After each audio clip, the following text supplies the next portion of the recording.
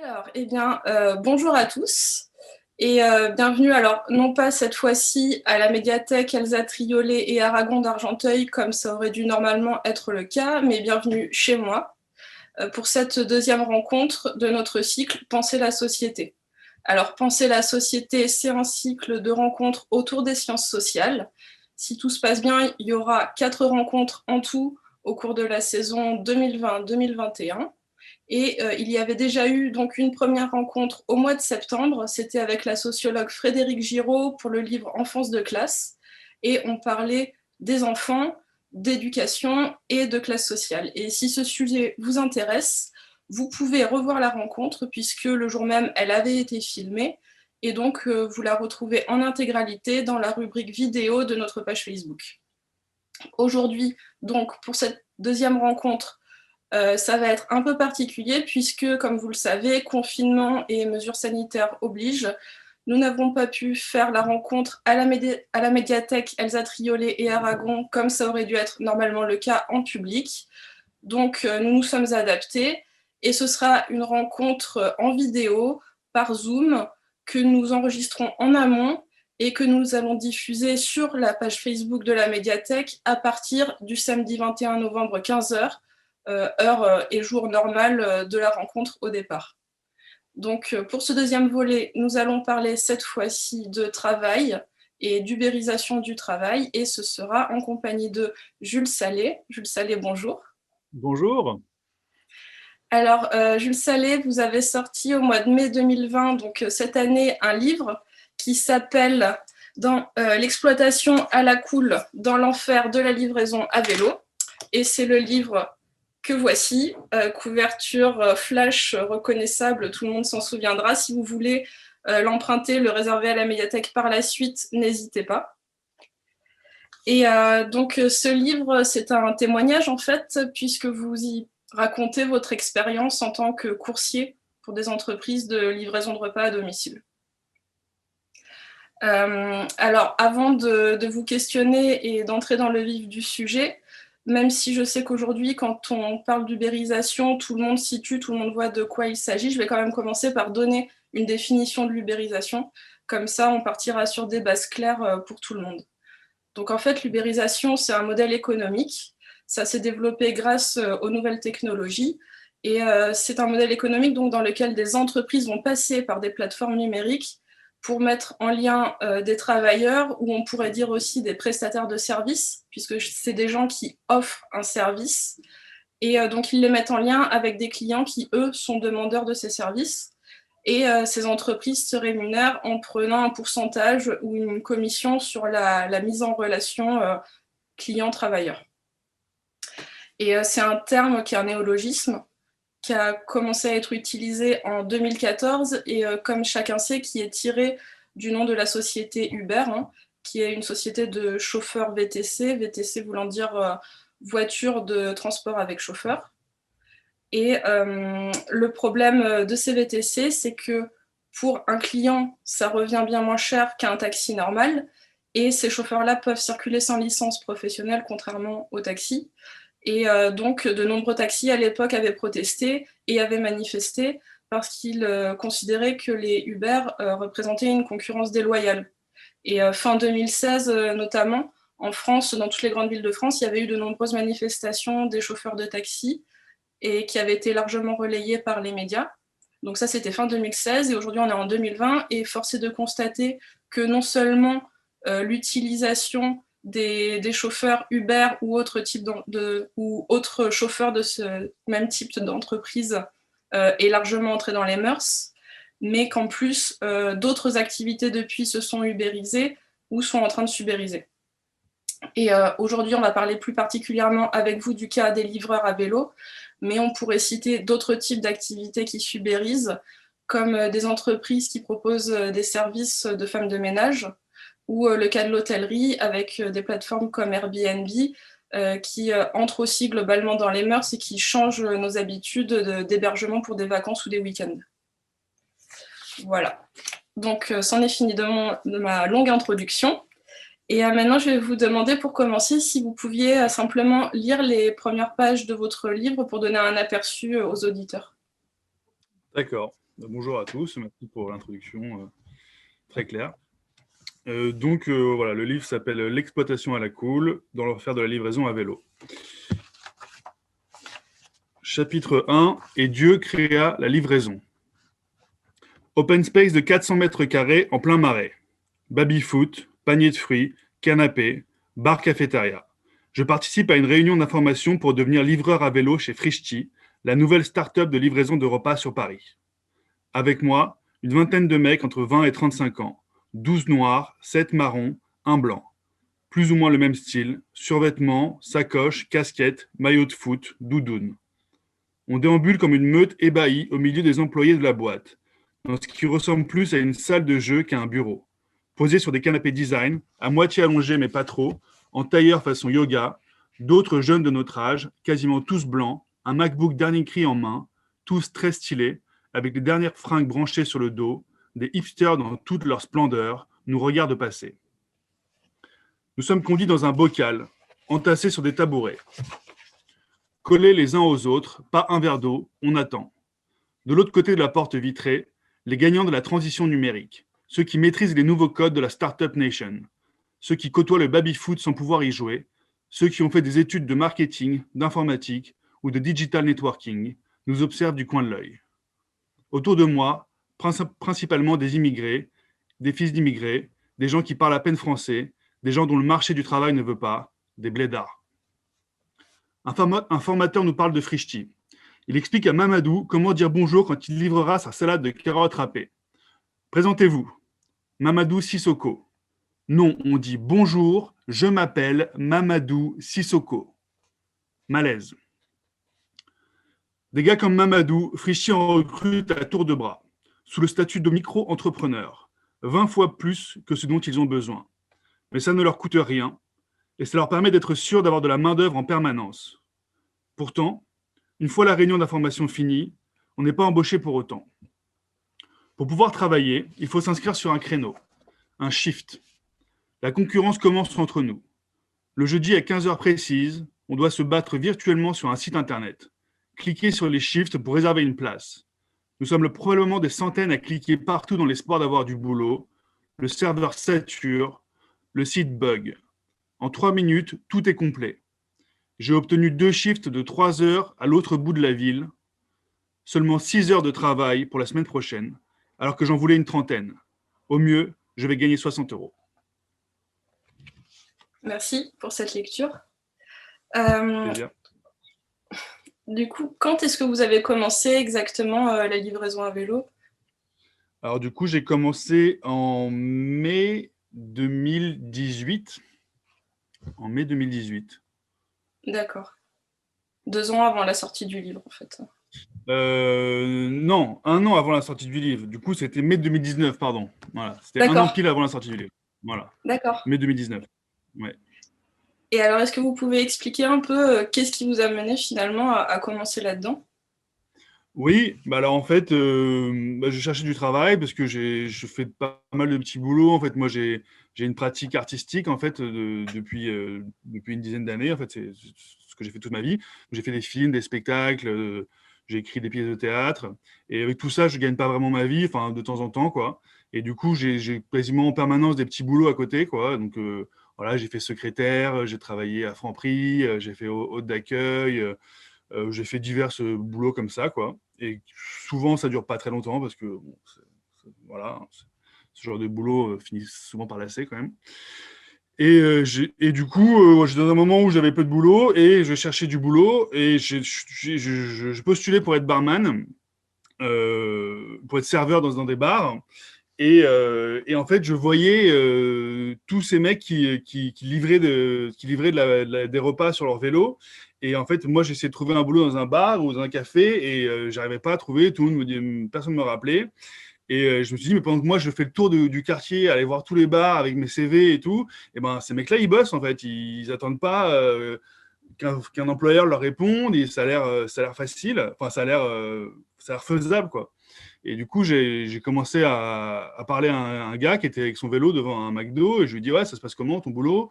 Et il me dit, ouais, moi ça se passe trop bien, je bosse quand je veux, j'ai pas de patron, je gagne plus de 10 euros de l'heure. Je sais pas, il me dit, oui, en 3 heures, je gagne 50 euros. Voilà, je bosse à l'heure que je veux. Et en fait, genre, je tombe un peu dans ce mythe de l'ubérisation, de la liberté, de la facilité, de gagner de l'argent assez rapidement, parce que tous ces entreprises proposent, par exemple, chez Frishti, je crois, ils disaient, j'ai gagné jusqu'à 120 euros par jour. Donc, il y a une espèce de fantasme comme ça, de gagner de l'argent facilement, rapidement, en faisant un boulot qui nous plaît. Et, euh, et donc, voilà. Et il se trouve qu'en fait, à ce moment-là, j'avais besoin de particulièrement gagner de l'argent parce que je voulais partir de Paris aussi. Et je voulais acheter une voiture. Et du coup, j'avais besoin d'argent pour passer mon permis et pour acheter une voiture. Donc, j'avais mis un peu de côté mes activités artistiques et j'étais prêt à travailler à temps plein dans quelque chose. Et c'est pour ça que je cherchais un boulot aussi dans lequel on puisse travailler 7 jours sur 7. Et c'est ce que proposent ces plateformes, c'est-à-dire qu'il n'y a pas de 35 heures. Si on veut bosser, voilà, si on veut vraiment que gagner de l'argent pendant 2 mois, en théorie, on peut faire que ça. Donc c'est un peu un rêve de capitaliste, quoi, de dire voilà, je vais gagner autant d'argent que possible pendant une durée la plus courte possible en travaillant un maximum. Et donc je suis tombé dans ce panneau de l'ubérisation, quoi. Mm. Et finalement, ça s'est pas vraiment passé comme vous l'imaginiez au début. Bah non, il se trouve qu'en fait, il y a eu une grosse évolution sur les livreurs à vélo. C'est-à-dire qu'au début, effectivement, au début de l'activité des livreurs à vélo, donc c'était peut-être 5 ans avant que moi je m'inscrive, il y avait une sorte de début d'Eldorado où les courses étaient vraiment bien payées, où en fait toutes les plateformes qui arrivaient sur le marché faisaient des appels pour recruter des livreurs. Ils payaient vraiment bien les gens, à perte hein, d'ailleurs, hein. Et du coup, au début, c'était un peu comme ça. Mais en fait, plus ça va, et c'est encore en train de continuer, hein, plus il y a de gens qui s'inscrivent. Et plus il y a de gens qui s'inscrivent, plus ils se permettent de baisser les rémunérations, déjà. Et surtout, moins il y a de boulot, en fait. C'est-à-dire qu'on n'a pas de boulot garanti. Et du coup, moi, quand je me suis inscrit, en gros, l'âge d'or de livreur était déjà passé, apparemment. Et du coup, on était vraiment en sureffectif partout. Et c'est ce que j'explique là dans le passage que je viens de lire. Voilà, moi j'arrivais à bosser 6 heures alors que c'était pas du tout ce que je voulais. Moi j'étais prêt à bosser plus de 35 heures et comme je vous ai dit, je voulais même bosser 50 heures ou je sais pas, moi je voulais faire que ça quoi. Et du coup, bah, j'ai pu bosser que 6 heures et même dans ces 6 heures, je gagnais pas plus que 10 euros de l'heure. Donc c'était pas génial. Et après, il y a eu toutes les déconvenues, voilà, par rapport à la surveillance, on en parlera peut-être après, mais il y a toutes les déconvenues du côté obscur du travail dont on ne se rend pas compte au début quand on voit juste la fiche, quand on parle avec un type 5 minutes, quoi. Ouais. Oui, mais on va revenir sur tous ces points effectivement qui Ouais. coincent sur ce statut de travail. Et simplement pour bien comprendre, donc vous avez d'abord travaillé pour une entreprise qui s'appelle Frishti. Après, Ouais. vous avez travaillé pour Deliveroo, puis vous avez retravaillé pour Frishti ensuite, c'est ça? Alors en fait, on peut, et beaucoup de livreurs font ça, hein, on cumule, comme on n'arrive pas à avoir suffisamment de boulot sur une seule plateforme, on cumule plusieurs plateformes, quoi. Donc moi, je travaillais chez Frishti et chez Deliveroo en même temps, en fait, D'accord. alternativement, quoi. Mais il y en a, dans la même journée, ils vont livrer un coup Frishti, un coup Uber Eats, un coup Deliveroo. Euh, En fait, on essaye d'avoir le plus de boulot possible et on essaie de cumuler dans notre agenda le plus de créneaux possible. Et du coup, je travaillais un coup chacun, quoi. Ça dépendait des jours, ça dépendait des créneaux que j'arrivais à avoir. D'accord. Mm. Et aujourd'hui, vous travaillez encore en tant que livreur? Alors non, là, j'ai pas livré depuis un moment. J'ai livré pendant le premier confinement parce Ouais, qu'en fait, depuis, j'ai réussi à développer une activité d'atelier cinéma pour les adolescents. Donc c'est d'accord. une activité que j'avais mis en place il y a un moment, mais ça prend vraiment du temps à décoller, dans les bibliothèques d'ailleurs, dans les médiathèques. Je fais des ateliers avec les smartphones pour leur apprendre à faire du montage sur les téléphones. D'accord. Voilà. Donc, c'est une activité que j'avais développée il y a pas mal de temps, mais qui a mis pas mal de temps à décoller. Et là, ça commence un peu à décoller, donc j'arrive à peu près à en vivre. Et pendant le premier confinement, par contre, tout avait été annulé et j'avais reçu aucun dédommagement. Là, ça a été annulé aussi pendant le deuxième confinement, mais je suis dédommagé. Mais la première fois, j'avais reçu aucun dédommagement et du coup, j'étais retourné livrer. D'accord. Et là, ces dédommagements vous permettent de ne pas reprendre Bah, cet emploi. Bah ouais, de pouvoir éviter de reprendre cette activité, quoi. Parce que c'est un Ouais. peu ouais, c'est un peu ce que j'essaie d'éviter, quoi. Alors je dis que ça pourrait m'arriver un jour de recommencer. Mais si je peux éviter, j'évite, quoi, quand même. D'accord. Et du coup, alors, au départ, ce livre, c'est simplement un texte que vous avez écrit en fait sur votre page Facebook, c'est ça? Il y avait un seul long texte que vous avez publié sur votre Facebook et qui a eu beaucoup de répercussions. Il s'est passé quoi en fait? Qu'est-ce que vous aviez en tête en écrivant ce texte-là et qu'est-ce qui s'est passé après? Ouais, bah c'est vrai que c'est une histoire assez intéressante. Enfin, qui est assez rare, quoi, je sais pas. Et en fait, bah, du coup, en fait, j'avais bossé chez Frishti et en fait, il m'était arrivé des trucs, des anecdotes qui se sont passées devant mes yeux en fait quand j'ai bossé chez Frishti. Et puis c'était vraiment cette première image, à ce clivage dans le bureau de chez Frishti entre d'un côté voilà les hipsters et de l'autre les blédards. Ce que j'ai de décrire vraiment cette espèce de ségrégation sociale et presque ethnique entre deux jeunesses quoi, qui sont des gens du même âge. Cette première image, ça m'avait vraiment marqué. Et après, il y a une autre image qui se passe aussi au début du bouquin où justement parce que j'avais ce mot blédard en tête qui n'arrêtait pas de me revenir, mais bon voilà, moi comme je suis blanc, enfin c'est quelque chose que je n'assumais pas forcément comme mot. Et en fait, dans un centre de Frishti, il y a un manager qui a utilisé ce mot pour parler des autres en disant, parce qu'en gros, il y en a enfin, en gros, il y a quelqu'un qui pisse à côté des toilettes. Et le manager dit, voilà, ça, c'est depuis qu'il n'y a que des blédards. Il dit, quand il y avait des Français avant, c'était pas comme ça. Et genre, moi, j'étais le seul blanc là-dedans. Et en fait, je suis devant cette scène. Et vraiment, je me dis, il y a un truc à raconter, quoi. Entre ce début, cette espèce de clivage, et puis cette scène du mec qui dit le mot blédard devant des gens qui étaient que des gens de couleur, quoi, à part moi. Et genre, je suis rentré chez moi et j'avais vraiment besoin de raconter cette histoire, en fait. Je me dis, il y avait vraiment un truc à raconter en dehors de la portée politique et sociale qui était évidente. Il y avait vraiment quelque chose de l'ordre d'une anecdote à raconter, quoi. D'une histoire, quoi. Et du coup, j'ai écrit cette histoire sur un fichier Word. Enfin, je n'avais même pas écrit sur Facebook à la base.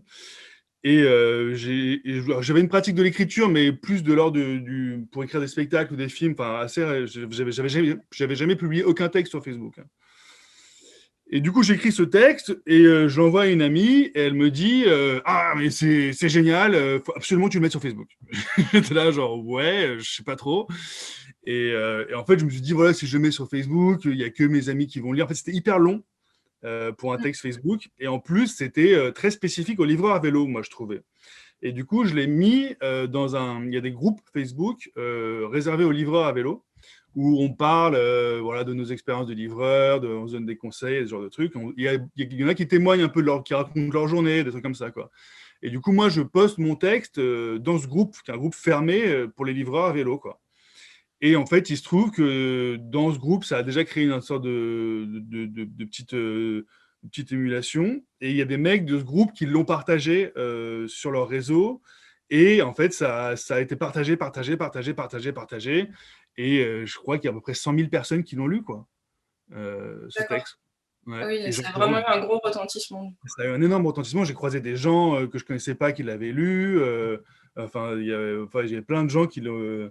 Il y a eu tous les médias qui m'ont appelé. Il y a eu Libération, il y a eu RTL, il y a eu Il y a eu France Culture aussi, non? Vous étiez France passé sur France Culture. Culture? Voilà, je suis passé sur France Culture. Donc, il y a beaucoup de gens qui m'ont appelé. Alors, moi, j'ai arrêté, j'ai reçu beaucoup de messages. Le texte a été traduit en anglais, il a été partagé aux États-Unis. J'ai reçu des milliers de messages de gens et tout, et moi je ne m'attendais pas du tout. Et dans tous ces messages, il y a une agent littéraire qui m'a contacté en me disant j'aime beaucoup votre manière d'écrire, et vous tenez un sujet entre les mains, est-ce que vous voulez écrire un livre? Et j'ai dit oui. D'accord. Mm. Ouais. Et Voilà. donc, c'était la première fois que vous vous lanciez dans un type d'écriture pour un livre, quoi. Ouais, Comme vous disiez, vous clairement. écrivez déjà un peu, mais pour d'autres projets. Voilà, bah, ça fait 10 ans que moi j'ai des cahiers où je prends des notes, quoi. J'écris des trucs, mais c'est plus des idées ou des idées de films ou des idées de spectacles ou des Mm. idées de la poésie, des choses comme ça. Mais j'ai jamais fait lire des textes, j'ai jamais publié de textes. Et du coup, ouais, c'était la première fois que je devais écrire un livre en entier de 200 pages. C'était un peu flippant. Et puis il y a toute une technique de l'écriture que je connaissais pas. Donc heureusement, j'étais accompagné pendant tout le travail par cette personne qui m'a contacté au début, qui m'a vraiment transmis les bases de la technique d'écriture, quoi. Et donc non, j'avais jamais fait ça. Donc j'ai dû écrire 30 pages. Donc déjà, c'était long. Et puis au début, je voulais pas vraiment, en fait, parce que moi, j'avais prévu autre chose, en fait. J'avais déjà trouvé un autre D'accord. boulot. J'avais déjà changé de boulot. Je voulais faire réparateur à vélo. Enfin, réparateur de vélo, à vélo notamment. Enfin, je répare des vélos chez les gens, en fait. Et du D'accord. coup, j'avais trouvé ce boulot et moi, ça m'allait bien. Et du coup, cet agent, elle m'a dit, non, non, mais enfin, elle m'a dit, tu écris 30 pages et tu seras publié. Et moi, je savais pas trop qui était cette femme. Moi, elle avait un certain CV et tout, mais pour moi, c'est tant que je suis pas publié, je suis pas publié, donc il y avait rien de sûr, quoi. Et du coup, Mhm. et écrire 30 pages, c'est quand même du boulot, quoi. Et du coup, ça m'embêtait un peu. Je savais pas trop. Je dis bon, c'est quand même une occasion.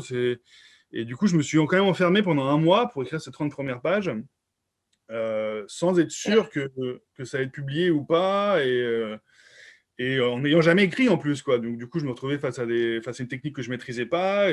Voilà, j'ai pris énormément de plaisir. J'ai écrit plein de trucs que j'avais déjà dans la tête. Et du coup, j'ai écrit ces 30 pages et m'a trouvé un premier rendez-vous chez un éditeur, chez Stock. Et j'ai parlé à l'éditrice et ça l'a fait. Mais enfin, votre écriture marche assez bien. Et puis, il y a une chose notamment qui m'a marqué, c'est que c'est écrit au présent. Et du coup, on est vraiment embarqué avec vous en fait. Quand vous décrivez une scène, vous racontez par exemple plusieurs passages où vous êtes sur votre vélo dans le trafic parisien, c'est super dangereux, vous prenez des risques, et puis tout est écrit au présent. Donc en fait, on est vraiment avec vous sur le vélo. Mm. Et ce mode d'écriture fonctionne bien sur ce Mm. livre. Bah, c'était Et toute la pratique d'écriture, c'est qu'en fait, je livrais en même temps, quoi. C'est-à-dire ouais, que là, je me suis enfermé, mais en fait, j'allais quand même livrer. Et en fait, je livrais, et pendant que je livrais, je prenais des notes, je m'arrêtais, je parlais à mon téléphone, et du coup, je racontais vraiment au présent ce qui m'est arrivé, quoi. C'est pour ça qu'il y a d'accord, ce mouvement dans le livre, où en fait, je suis tout le temps, j'ai écrit en roulant, en fait, ce bouquin, quoi. d'accord. J'écrivais en roulant, et après, quand je rentrais chez moi, je reprenais les notes et je réécrivais au présent pour garder, ouais, cette dynamique du mouvement du vélo, quoi, de la ville, du bruit, des gens. Ah bah ça vient de là, bah, c'est bien resté, c'est intéressant. Ben, merci. Et il y a une chose que je me demandais parce que dans le livre, vous citez vraiment ouvertement les noms de Frischti et Deliveroo, donc les deux entreprises pour lesquelles vous avez travaillé. Mm. Est-ce que au moment de l'écriture, ça vous a fait douter de vous dire je vais les citer ouvertement? Et est-ce que une fois que le livre est paru, il y a eu des retombées en fait, ou est-ce que vous avez eu de la pression, ou qu'est-ce qui s'est passé? Bah alors en fait, déjà le premier article avait fait beaucoup de bruit et je citais déjà Frischti en fait dans cet article-là. Et là, oui, ça a fait. Là, il y a eu Frischti a fait un. Il y a eu beaucoup de gens qui ont notifié Frischti sur les réseaux sociaux. Alors, je sais pas comment ils font, mais en fait, ils ont sous mon texte, ils ont envoyé mon texte. Il y a beaucoup de gens qui ont envoyé mon texte à Frischti. Genre, ils ont été harcelés avec mon texte, en fait, où tout le monde leur renvoyait. Et du coup, ils ont fait un sort de démenti public où ils répondaient à tout le monde en disant que, voilà, leur version des faits, quoi, mais qu'il fallait prendre ça avec des pincettes, voilà. Et après, donc, ils ont fait ça. Ils ont fait aussi un démenti sur RTL aussi. Ils ont parlé de mon texte. Et après, en fait, ils m'ont convoqué. Et ça, je le raconte dans le livre. Ils m'ont convoqué. Dès le premier jour où l'article est sorti, ils m'ont envoyé un mail personnel en me disant on veut te rencontrer. Et ils ont essayé de me convoquer d'une manière aide-nous à améliorer la condition Oui, de voilà, c'était pas vélo. des menaces non plus, c'était pas une convocation. C'était pas On des va vous menaces. licencier. C'était pas Non, ce. non, non, c'était Enfin, pas ça c'est parce que pas ça, présenté de cette manière-là, en tout cas. non, non, parce que ça, ils savaient que ça serait très mal vu pour eux, mais ils ont plutôt essayé de racheter ma caution en espérant que je dise ah, mais Frischti a fait des efforts, je les ai rencontrés, ou eux qui puissent se dire on a rencontré le livreur réfractaire qui a écrit le poste, on est en discussion avec lui. Donc ils essayaient plus d'intégrer cette critique en disant voilà, en voulant m'utiliser pour dire qu'ils font des efforts pour l'amélioration des conditions de travail. Donc ils ont essayé de faire ça. Moi, j'ai accepté uniquement pour pouvoir le raconter dans le livre. Donc, dans le livre, je raconte cette scène où je rencontre le type de Frischti qui a mon âge, et donc il y a une espèce de miroir qui se joue, qui est hyper intéressant, je trouve, sur deux visions du monde qui se rencontrent, quoi, parce que c'est voilà, c'est des gens qui sont, comme je dis, qui sont biberonnés au capitalisme, à la croissance, à la productivité. Enfin, pour eux, voilà, tout est chiffres. Je leur parlais de lutte sociale, ça ne veut rien dire pour eux, en fait. Ils ne comprennent pas. Enfin, c'est pas le même langage, mais c'est intéressant quand même. Enfin, cette rencontre, je trouve, était hyper intéressante avec cette personne, qui est une personne qui a un bon fond, hein, qui est bienveillante et qui essaye vraiment de faire des choses. Mais c'est juste, c'est pas les mêmes mondes, quoi. Et du coup, voilà, ils ont essayé de faire ça, c'est intéressant. Et après, il y avait la question du procès. Donc ça qui était un peu compliqué, au sens où, de toute façon, pour le fait de dire Frischti ou pas, ou Deliveroo ou pas, de toute façon, apparemment, ça ne change rien, parce qu'il suffit légalement qu'on puisse reconnaître une entreprise ou une personne pour pouvoir faire un procès. Donc en fait, Oui, en fait, quand vous dites la question du procès, vous voulez dire la question que vous vous êtes posée de est-ce qu'il ne me ferait pas un procès quand le livre sera sorti? Moi, personnellement, bon, c'est le genre de choses auxquelles je connais pas bien, et donc je suis prêt à m'en foutre un peu, ou me disant, bon, on verra, quoi. Enfin, je vais pas me limiter pour ça. Mais par contre, les éditeurs, eux, pas du tout, quoi. C'est-à-dire qu'en fait, de toute façon, Frischti ou Deliveroo vont pas attaquer moi personnellement, parce que voilà, ils savent que je suis pas solvable ou quoi que ce soit. Mais par contre, attaquer une boîte comme Stock, qui en plus appartient à d'autres gens et tout, ça, c'est possible. Et du coup, j'ai eu un avocat chez Stock qui m'a beaucoup coupé des passages à partir du moment où c'était potentiellement diffamatoire et des passages sur lesquels je n'avais pas des preuves précises de ce que j'avançais. Donc c'était intéressant parce que ça m'a fait refaire. En fait, c'était tout à la fin du livre et tout à la fin du livre, donc l'avocat intervient et il m'a repris, je sais pas, peut-être une quarantaine d'endroits. Et du coup, j'ai dû refaire une enquête à la fin du livre pour vérifier ces 40 faits que j'avance. Et il se trouve qu'il y en a 39 que j'ai réussi à prouver. Donc, il y en a un que je n'ai pas réussi à prouver, que j'ai dû enlever.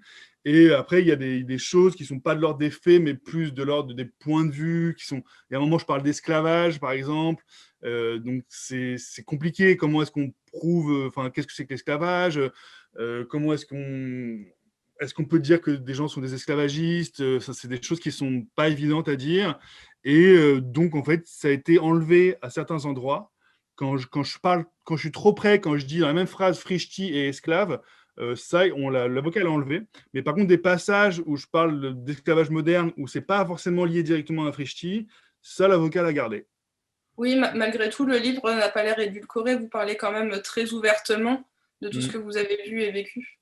Bah, je me suis beaucoup battu pour garder des choses que j'avais à dire. Ouais. D'accord.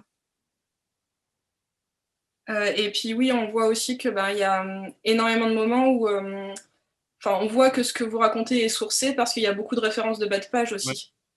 Ah ouais, Vous référencez les émissions, les vidéos mm, YouTube, mm.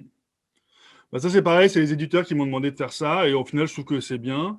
Pareil, à oui. la fin du bouquin, j'ai dû reprendre toutes mes sources, et du coup, tout est sourcé. Voilà, toutes les informations chiffrées, tout ce qui est de l'ordre des faits, en fait, sont sourcés, et tous les faits que moi j'apporte, personnellement, sont prouvés. Donc, chez l'avocat, il y a des preuves de tous les faits que j'apporte, quoi. D'accord. Et du coup, vous n'avez pas eu, après l'apparition du livre, il n'y a pas eu de retombées donc de ces entreprises-là. Vous étiez inattaquable et Alors non, je suis pas, on n'est jamais inattaquable, hein, ils peuvent, hein. Alors, ce que disaient les éditeurs, c'est qu'ils disent que quand ça arrive, les entreprises attendent la fin de la vie commerciale du bouquin pour pas faire de la pub, et du coup, ils attaquent 5 ans plus tard, quoi. Donc, donc en théorie, je suis toujours sous la menace d'un procès. Après, je pense pas. Mais donc, oui, Frischti a évité d'en parler. Ils ont fait un tout petit démenti dans un article. Ils ont parlé pendant 2 lignes de mon livre. C'est tout. Mais sinon, non, ils évitent d'en parler parce que évidemment, ça ferait de la oui, pub. ça vous ferait de la pub et ce serait Ouais. contre-productif pour Bah eux. oui, bah oui. D'accord. Très Mm. bien. Et il y a une autre chose qui m'a beaucoup amusée sur l'écriture du livre, c'est les carottes râpées. Parce Ah que ouais. les carottes râpées, c'est un plat qui revient, mais à chaque chapitre quasiment, il revient très Ouais. souvent. Mm. Et alors que ce soit que vous livriez des carottes râpées ou la conception des carottes râpées, comment est-ce qu'on fait pousser des carottes, comment est-ce qu'on râpe une carotte, enfin, c'est un plat qui revient beaucoup. C'était pour faire une espèce de comique de répétition ou c'était pourquoi? Alors, en fait, ouais, à la base, je trouvais que c'était parce que ça existe vraiment en fait. C'est pas vraiment des carottes râpées, mais c'est ce qu'ils appellent des pokéballs. c'est des espèces de plats dans lesquels il y a du riz et des carottes râpées notamment, et il peut y avoir d'autres choses. Donc, ça existe vraiment, mais c'est pas exactement comme ça, c'est un peu plus élaboré que des carottes râpées, Ouais. mais il y a quand même souvent, j'avais quand même ouvert un bocal une fois quand je livrais, je suis pas dans le sac de livraison, et j'ai vu qu'il y avait un bocal de carottes râpées. Et pour moi, je m'étais dit, autant se faire livrer un burger ou des frites qui sont quand même des trucs qui sont assez compliqués à faire. Enfin, il faut une friteuse, faut de l'huile, machin, ou se faire une pizza. Bon, mais une carotte râpée, je trouvais que il y avait une sorte d'absurdité, quoi, parce que genre il y a rien de plus simple à faire que de râper une carotte. Et je trouvais qu'il y avait vraiment une aberration à se faire livrer ce truc simple. Et aussi, ce que je trouvais drôle, c'était ce côté, voilà, on veut manger équilibré, ce côté se donner bonne conscience. Voilà, on utilise un service, on sait que c'est un peu limite, mais on va faire un petit effort, on va utiliser des carottes râpées. C'est un peu, ça modernise un peu la livraison de pizza, quoi. Je trouve que ça reflétait bien cette espèce de, cet air du temps dans lequel on est, où on va se faire livrer par un mec en vélo qui est sous-payé, mais on va faire attention à notre ligne, quoi. Donc, D'accord. je trouvais que c'était drôle. Et puis oui, ça revient un peu comme un comique de répétition tout le long. Ça revient comme un peu mon obsession, quoi, de me balader avec des carottes râpées. Et effectivement, à la fin, j'en parle également. Ça conclut le livre.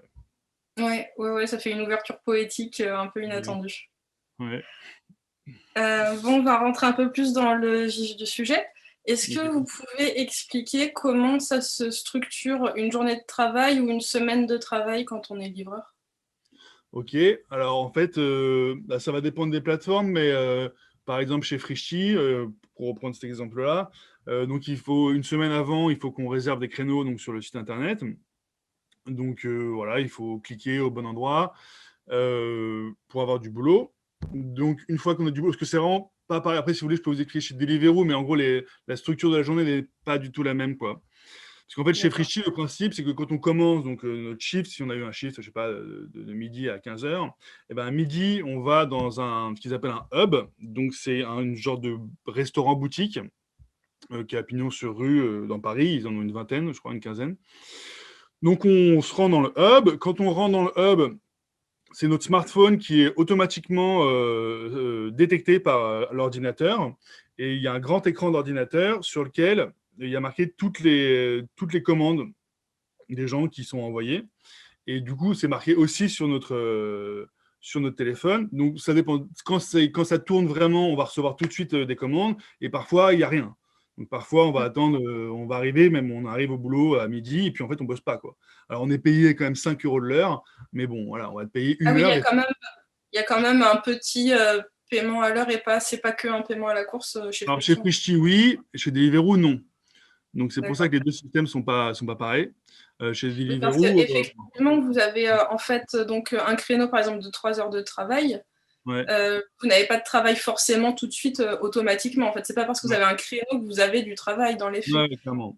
Clairement. Et dans ces moments d'attente, donc chez Deliveroo, vous n'êtes pas payé en fait. Alors chez Deliveroo, maintenant, il n'y a même plus de créneaux. Donc avant, il y avait des créneaux. Maintenant, il n'y a plus de créneaux. Donc en fait, on peut se connecter quand on veut.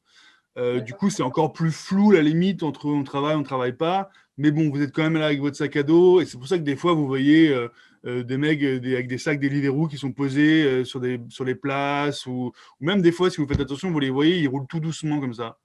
Et ben en fait, quand vous voyez un mec avec un sac à dos de bouffe là, qui roule tout doucement, c'est qu'en fait, il n'a pas de travail. Et du Et coup, il en attend fait, qu'il y ait une course qui arrive sur son téléphone. maintenant qu'il y a une course qui arrive sur son téléphone. Et du coup, on va se balader dans les quartiers où il y a des restaurants, on va tourner. Et avec Deliveroo, vous pouvez passer l'après-midi entière. Moi, ça m'est arrivé de faire des fois entre l'heure du déjeuner et l'heure du dîner, quoi. Je sais pas, entre 15 heures et 19 heures. Voilà, donc ça fait 4 heures où il va y avoir rien. Et pendant 4 heures, bah, vous roulez dans Paris. Des fois, vous posez, discutez avec des gens. Et il n'y a aucun salaire minimum. Donc ça, c'est chouette. Vous expliquez que du coup, vous ne savez pas en fait quelle est la meilleure stratégie à adopter dans ces moments-là, s'il faut Ouais. rester planté à côté d'un restaurant et attendre Mm. qu'une course arrive, ou est-ce qu'elle risque plutôt d'arriver quand vous êtes un peu en déplacement Là, au lieu où vous êtes. c'est un des grands problèmes de tout système, c'est la dissymétrie d'information. C'est-à-dire que nous, on ne sait rien, en fait. On est totalement passif. On a juste un téléphone qui va juste nous dire où aller, quand aller, et quand il veut bien nous dire où il y a quelque chose à faire. quand il y a quelque chose à faire. Et alors que eux, chez Deliveroo, savent tout. Ils savent exactement où est-ce qu'on est, combien on est, combien de restaurants, ils ont toutes les informations et tout. Nous, on ne sait pas, et on ne sait pas, du coup, non plus comment marche. Donc, ils leur ont donné un nom, donc il y a l'algorithme de Deliveroo qui s'appelle Franck. Voilà. Donc, à un moment, je dis, on sait qu'il s'appelle Franck, c'est tout ce qu'on sait. On n'en sait pas plus. Et du coup, voilà, il y a des espèces de, un peu de, comment, des superstitions, un peu comme ça, où il y en a qui vont dire, si vous voulez, et ben en fait, vous allez envoyer votre position au satellite plus régulièrement, et ça va rafraîchir le satellite, et ça va vous donner des commandes, quoi. Donc, on est un peu sur un truc de marabout, quoi. Et sinon, il y en a d'autres qui vont attendre devant la porte du Burger King, par exemple.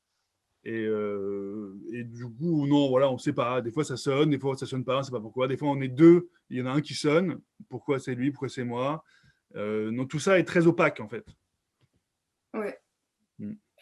Et donc, voilà, vous avez eu votre créneau de travail. Mm. Vous avez une course qui arrive, alors il se passe quoi? Alors, chez Frischti, du coup, donc, si on a une course qui arrive, en fait, on va prendre plusieurs courses d'un coup. Et en fait, on va avoir par exemple 5 courses. Et du coup, on va rentrer dans la chambre froide. Va y avoir plein des étagères avec plein de sacs avec des codes barres. Et on va devoir retrouver, en fonction de ce qu'il y a ce qu'il y a comme code barre sur notre téléphone et ce qu'il y a dans les rayons, tac, tac, tac, on retrouve les codes barres, on les scanne, on les met tous dans notre sac. Et après, on a le GPS, il va nous dire première adresse, on y va, et c'est parti, on roule. On roule vers la première adresse, on dépose le sac, on dit que c'est déposé, deuxième adresse, on roule, on roule, on roule, on roule, on roule, on roule, on roule, on roule, on roule, et on retourne au hub, et là, c'est reparti pour une nouvelle livraison. Et chez Deliveroo, la différence, c'est que c'est une course par une course, c'est ça? C'est Et que ça. vous allez pas dans un hub, mais dans le restaurant en question. Voilà. La grosse différence, c'est qu'en fait, Frischti donc, produit eux-mêmes la nourriture. Donc, ils vendent leur nourriture en fait comme un sort de méga restaurant, quoi. Alors que Deliveroo fait l'intermédiaire entre des restaurants qui existent déjà, donc un sushi, un kebab, enfin, des restaurants qui existaient avant, quoi, et un client. Et du coup, chez Deliveroo, on a une commande pour aller chercher un sushi, enfin un plat, enfin, un repas de sushi dans un endroit, et aller le livrer chez un client. Et ensuite, ça recommence. On attend et on cherche une autre commande. On fait restaurant, client, restaurant, client, restaurant, client. Quand tout se passe bien. En général, les clients ne sont pas forcément là où il y a des restaurants. Donc, des fois, il faut revenir, par exemple, dans les plus petites villes. S'il y a le centre-ville où il y a tous les restaurants, vous allez aller chercher un sushi ici, vous allez aller en banlieue. Et là, vous allez devoir revenir en centre-ville pour avoir une nouvelle commande, pour aller en banlieue, revenir en centre-ville, et vous faites comme ça, quoi. D'accord. Et vous n'êtes pas payé, évidemment, quand vous n'avez pas de commande, quoi. Enfin, entre les deux mouvements, quoi. Ouais, bien sûr. Et vous n'avez pas le droit de prendre de pause entre deux commandes? Alors, chez Deliveroo, en fait, entre deux commandes, vous pouvez refuser des commandes. Et ce qui est la base, en fait, c'est même écrit dans la loi, en tant qu'entrepreneur, on est en théorie, ça va pouvoir être en capacité de refuser un client. Mm. Par contre, chez Frischti, on n'a pas le droit. Donc, c'est là où ils sont limite hors la loi. C'est-à-dire que chez Frischti, quand ça sonne, vous devez y aller. Et c'est là où je raconte qu'à un moment, je prends un café. Et parce qu'en fait, je rentre d'une grande tournée où je suis crevé, ça fait 1 heure que je roule dans Paris. Je rentre dans le hub et je bois un café, quoi. Et là, il y a mon téléphone qui sonne. Il y a un agent de Frischti qui m'appelle. Je ne sais même pas d'où il m'appelle, je ne sais pas qui c'est. Et qui me dit comment ça se fait que tu n'es pas parti. Et c'est là où j'ai envie de lui dire mais comment ça se fait que tu sais que je ne suis pas parti, enfin, enfin, c'est quoi ce truc-là vous me regardez et tout. Ouais. Et du coup, et c'est là où je vais voir parce qu'il y a des managers dans les hubs chez Frischti, je vais voir, sincèrement, sans vouloir être méchant, je lui dis quand on prend des pauses en fait ici, quoi. Et il me dit on prend des pauses quand il n'y a pas de commande. Donc tant qu'il y a des commandes, on tourne, on tourne, on tourne, on Oui, tourne, on tourne. d'accord. Donc en fait, vous n'auriez pas eu de commande, vous auriez eu le droit d'aller prendre ce café. Mais là, comme la commande était déjà, la demande avait déjà été faite, il y avait interdiction de prendre le café avant d'aller s'occuper de la commande, en fait. C'était ça. Oui, bah, ça peut être pendant tout votre créneau, quoi. Si vous avez 3 heures de créneau et que ce jour-là, le boulot n'arrête jamais, vous Ouais. avez en théorie pas de pause, quoi. Mhm. Vous devez tourner, tourner, tourner, tourner, tourner. Et si pendant ces 3 heures-là, il n'y a aucune commande, bah, vous avez 3 heures de pause, quoi. Où vous êtes beaucoup moins payé, quoi. Ouais. J'avais pensé à votre livre en voyant le film, je ne sais pas si vous l'avez vu, le dernier, Gustave Carverne et Benoît Delépine, et c'est l'historique. Ah non, ouais, Non, parce non, qu'il j'ai y pas a vu, deux non. personnages dans le film qui, tous les Mhm. deux, ont différents emplois ubérisés. Ok. Et les deux, en fait, ont une scène Mhm. où il y a un aspect du travail qui se retrouve dans votre livre. Mhm. Et en fait, il y a Benoît Pelvorde dans le film qui a un tout petit rôle, on le voit que sur une scène, mais Ok. qui est vraiment très drôle. Et donc, en fait, il est livreur à domicile pour une entreprise fictive. On comprend que c'est une entreprise type Amazon. Ok. Et donc, il arrive chez le personnage joué par Blanche Gardin, il lui amène un colis, il est épuisé, donc bah, elle a un peu pitié de lui, elle lui propose de faire une pause café. Au Mhm. départ, il refuse, et puis bon, comme elle insiste, il finit par accepter. Et par Mhm. mégarde, en fait, Blanche Gardin renverse la cafetière sur la table et sur la facture papier Ouais. de Benoît Pelvorde. Et là, mais il est complètement catastrophé parce qu'en fait, il n'a pas le droit de prendre de pause.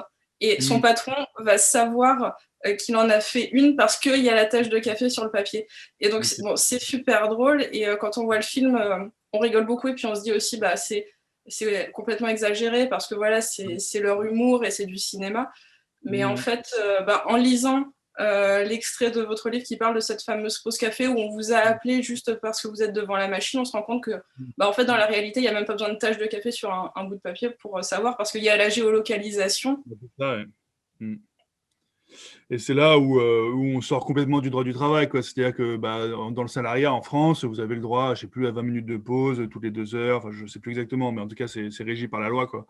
Et c'est là, bon, ça, c'est peut-être un détail, mais ça montre vraiment toute la brèche, quoi. En fait. C'est-à-dire que tous les droits du travail qu'ont un salarié, et ben, pour nous, les livreurs, et pour tous les gens ubérisés, ça passe à la trappe, quoi. Ça va de la pause à la visite médicale, enfin, tout ce dont pourquoi des gens se sont battus pendant des années pour encadrer des relations de travail entre deux personnes, tout est balayé d'un coup, quoi. Oui, tout à fait. On va y revenir juste après. Mm. Et juste du coup, pour revenir à ce film et facile historique, le deuxième personnage, Mm. là c'est par Corinne Maziero, elle joue le rôle d'une chauffeur VTC. Et Mhm. en fait, dans le film, elle a un problème avec son application de travail parce qu'il se Mm. trouve qu'une fois, elle a eu le malheur d'avoir une course qui était mal notée. Et du coup, elle Mhm. a des mauvaises statistiques. Et du coup, on lui propose moins de courses. Mm. Donc, elle a de moins bonnes statistiques parce qu'on lui en propose moins. Et Ouais. c'est une espèce de cercle vicieux. Ça Mm. aussi, c'est un aspect qu'on peut retrouver chez les livreurs. Oui, oui, oui. Alors à différents niveaux, ils jouent de ça pour nous donner du travail. C'est-à-dire que plus vous allez, alors c'est compliqué parce que ça bouge tout le temps et que je vais peut-être vous dire des trucs aujourd'hui qui sont peut-être plus le cas parce que ça bouge souvent, quoi. Mais en tout cas, moi quand j'y ai travaillé, il y a des systèmes de catégorisation en fonction de à quel point vous êtes un bon travailleur, en gros. Avec des systèmes, par exemple, de médaille d'argent, médaille de bronze, médaille d'or, bronze, argent, or. Et plus vous allez être présent, plus vous allez être régulier, plus vous allez être ponctuel, plus vous allez être productif, mieux vous allez être classé. Et plus vous allez être classé, plus vous allez avoir de travail, tout simplement. En fait, vous gagnez juste le droit de travailler plus, quoi. Et du coup, voilà, plus vous allez faire d'erreurs, moins vous allez avoir de travail, moins vous allez gagner de points. Et en fait, c'est pareil, c'est comme ça qu'en fait, on va sortir progressivement les gens les moins productifs du système. C'est-à-dire que Mm. c'est l'algorithme qui va vous virer, en fait, tout doucement, et vous pousser vers la sortie en disant ah, tu peux se passer, tu peux se passer, tu peux se passer, salut. Et ils vont prendre quelqu'un de nouveau, quoi. Et ce système, du coup, comme vous disiez, de médaille d'or, argent, bronze, en fait, Mm. ça rejoint un aspect dont vous parlez, vous appelez ça la gamification du travail, ou en français, on peut dire la ludification du travail, c'est-à-dire qu'en fait, l'application, elle ressemble à un jeu vidéo. Mm. Ouais, ouais, clairement, en fait, ça joue clairement sur des mécanismes de récompense du cerveau, de stimulation, de dopamine, en fait, hein, tout simplement. Ou un peu comme un jeu d'argent, quoi, comme au casino, où vous allez gagner de l'argent d'un coup. Tout est très ludique et sympa. Et avec ces trucs d'argent, quoi, ça va clignoter. Il y va marqué, oh, 5 euros gagnés avec des petites étoiles. Il y avait tout un code, un code graphique chez Frishti avec des planètes, une fusée qui décolle. Voilà, une petite carte au trésor pour aller travailler. Enfin, tout est rendu sous un côté un peu mielleux, pop, sympa, rose flashy. Et en fait, vous jouez avec votre rémunération, quoi. Et du coup, ça crée un côté addictif où on va avoir envie de gagner plus d'argent, où on va pas arrêter de travailler, où on va se donner plus. Enfin, ça joue sur des mécanismes vraiment de cerveau reptilien de la récompense, où on est crevé, on veut rentrer chez nous, mais il y a encore 10 euros à gagner, et si je fais 20 courses aujourd'hui, je vais avoir encore un bonus. Et ça crée vraiment un système d'addiction qui peut se rapprocher des gens qui ont des maladies par rapport au casino et à l'addiction au jeu d'argent. Et donc, c'est vraiment les mêmes mécanismes. Et tout ça voilà, pour créer de la compétition entre les livreurs, pour être plus productifs. Il y a aussi un classement des gens qui avaient fait le plus de kilomètres, avec ceux qui en avaient fait le plus de kilomètres, qui gagnaient une télé ou un truc comme ça. Enfin, c'est des techniques de management, quoi, pour éviter de passer. C'est vraiment une revisite du management à l'ancienne où on avait donné des ordres et être très impérieux comme ça dans les décisions. Là, ils essayent de nous impliquer, de rendre ça plus sympa, plus marrant, mais en fait, les intentions derrière sont toujours les mêmes, quoi. C'est juste de rendre les salariés, les travailleurs plus productifs, plus rapides, plus compétitifs entre eux. Enfin voilà, les intentions sont les mêmes. On a juste décoré ça avec des ballons et des couleurs flashy, quoi, hein. Et vous trouvez que ça avait marché sur vous? Enfin, vous trouviez effectivement qu'il y avait une stimulation qui vous donnait envie de, je sais pas, travailler plus longtemps, ou ce genre de choses? Ouais, clairement, hein, l'application, il y a un truc un peu marrant, quoi. On a envie de gagner de l'argent. Enfin, on a notre compte en temps réel. Dès qu'on va gagner 1 euro, ça s'affiche, on a notre cagnotte. Donc forcément, on fait ça. Enfin, moi, je fais ça pour gagner de l'argent aussi, hein. Et du coup, quand je vois ma cagnotte qui augmente, bah, ça me donne envie de continuer, de rouler plus vite. Donc oui, c'est des mécanismes qui sont très simples et c'est difficile de s'en défaire parce que voilà, c'est avant tout une manière nous, on voit ça comme une manière de gagner de l'argent. Et comme je dis, on est là pour ça. Et moi aussi, je suis tombé dedans. Alors après, voilà, j'ai un peu réfléchi sur la question. Je ne suis pas totalement dupe, mais ça marche quand même, hein. Hmm, d'accord. Mais vous rappelez que donc voilà, enfin c'est pour ça en fait que votre livre s'appelle L'exploitation à la cool. C'est parce qu'il y a un aspect cool et fun, on enrobe tout, une com un peu sympa, mais que malgré tout ce beau packaging, au final, la hiérarchie et le patron, il est toujours là. Et d'ailleurs, ce jeu vidéo, cette application de travail qui ressemble un peu à un jeu vidéo, vous dites que finalement, c'est elle votre vrai patron. En fait, c'est elle qui vous met des rappels à l'ordre dès qu'il le faut, quoi. Mm. Ouais, bien sûr. Ouais. Après, je parle de toute leur communication très cool, où ils vont faire des pubs sur Instagram avec cette imagerie très jeune, sympa, décontractée, quoi.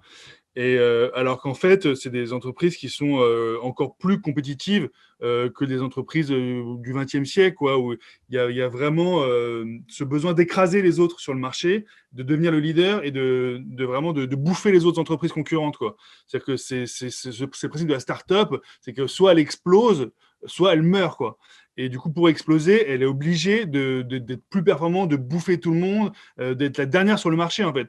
Et c'est un peu ce qui se passe en ce moment dans la livraison de repas à domicile. Il y en a beaucoup, enfin, en tout cas pour Deliveroo, les chiffres ont été officiels, ils sont en perte, donc ils perdent de l'argent sur le marché français depuis je ne sais pas combien de temps, des millions d'euros. Ils travaillent à perte pour pouvoir gagner le marché, quoi. Et tout ce qu'ils veulent, ces entreprises-là, il y a une phrase qui dit Winner take it all, donc le gagnant récupère tout. Tout ce qu'ils veulent, c'est écraser la concurrence pour être les derniers sur le marché et là, enfin pouvoir gagner de l'argent, quoi. Et donc, ils sont dans des entreprises, dans des dynamiques hyper concurrentielles. Et tout ça se ressent. Ça se ressent sur les travailleurs. Et effectivement, ils sont dans une hiérarchie aussi très, très à l'ancienne où en fait, c'est le patron qui va tout décider. Et tout ça sous couvert de cool. Et donc là-dedans, effectivement, l'algorithme est totalement dans cette même logique-là, c'est-à-dire intransigeant, vraiment le chiffre avant tout, chaque seconde doit être comptée. Et en fait, tout ça est mécanisé, quoi. C'est-à-dire que l'absence de rapport humain entre les gens, donc cette interface entre l'ordinateur et les travailleurs, ça permet de vraiment tout régulariser au millimètre, en fait. Et donc, effectivement, nous, on a plus de rapport avec l'ordinateur qu'avec des gens. Et tout ça, c'est dans des logiques vraiment d'optimisation du travail, quoi. Ouais.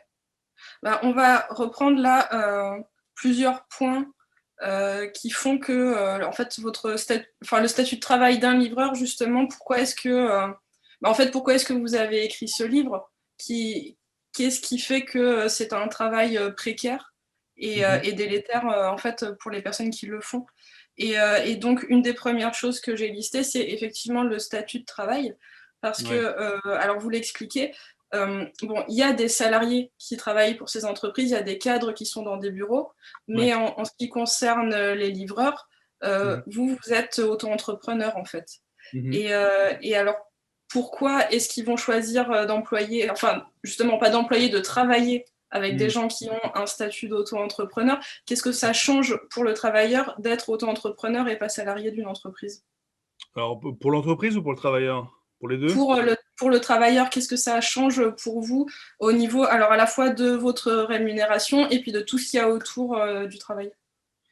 Bah, ça change beaucoup, hein. C'est-à-dire que la première chose, c'est qu'on n'a pas de paye fixe. Donc, on ne sait pas si un mois, on va gagner 20 euros ou 2 000 euros. Et donc ça déjà par rapport au tout le reste de la société, ça nous met en décalage. C'est-à-dire que pour trouver un appartement, si on veut avoir un crédit, si on veut avoir un projet à long terme, enfin, on sort de la case du salarié, quoi. Donc ça, c'est déjà une première difficulté. Et ensuite, il y a, en fait, c'est tout le rapport d'employeur, tout le code du travail, en fait. C'est-à-dire qu'il y a tout un tas d'avantages sociaux auxquels on n'a pas le droit, parce qu'en fait, on n'est pas considéré comme des travailleurs, on est considéré comme des entreprises. Donc, on est une entreprise qui travaille avec une autre entreprise. Donc, déjà, il y a tout le champ du code du travail qu'on n'a pas le droit, donc le droit de grève, les congés payés.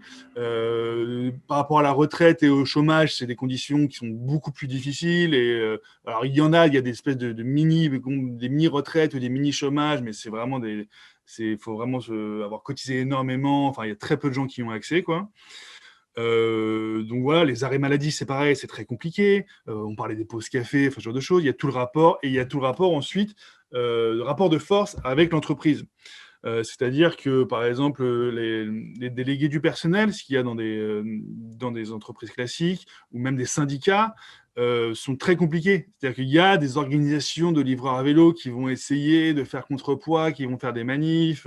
Il y en a, hein, mais comme on n'est pas considéré légalement comme travailleur, ce rapport de force avec l'employeur, mais qui n'est pas un employeur, donc un partenaire, est très complexe à mettre en place, sachant que eux, ce sont des énormes entreprises, quoi. Deliveroo, on parle d'une multinationale qui pèse des centaines de millions d'euros, et en fait, nous, on est tous tout seuls chez nous, dans soi-disant notre bureau, et en fait, on est très divisés, quoi.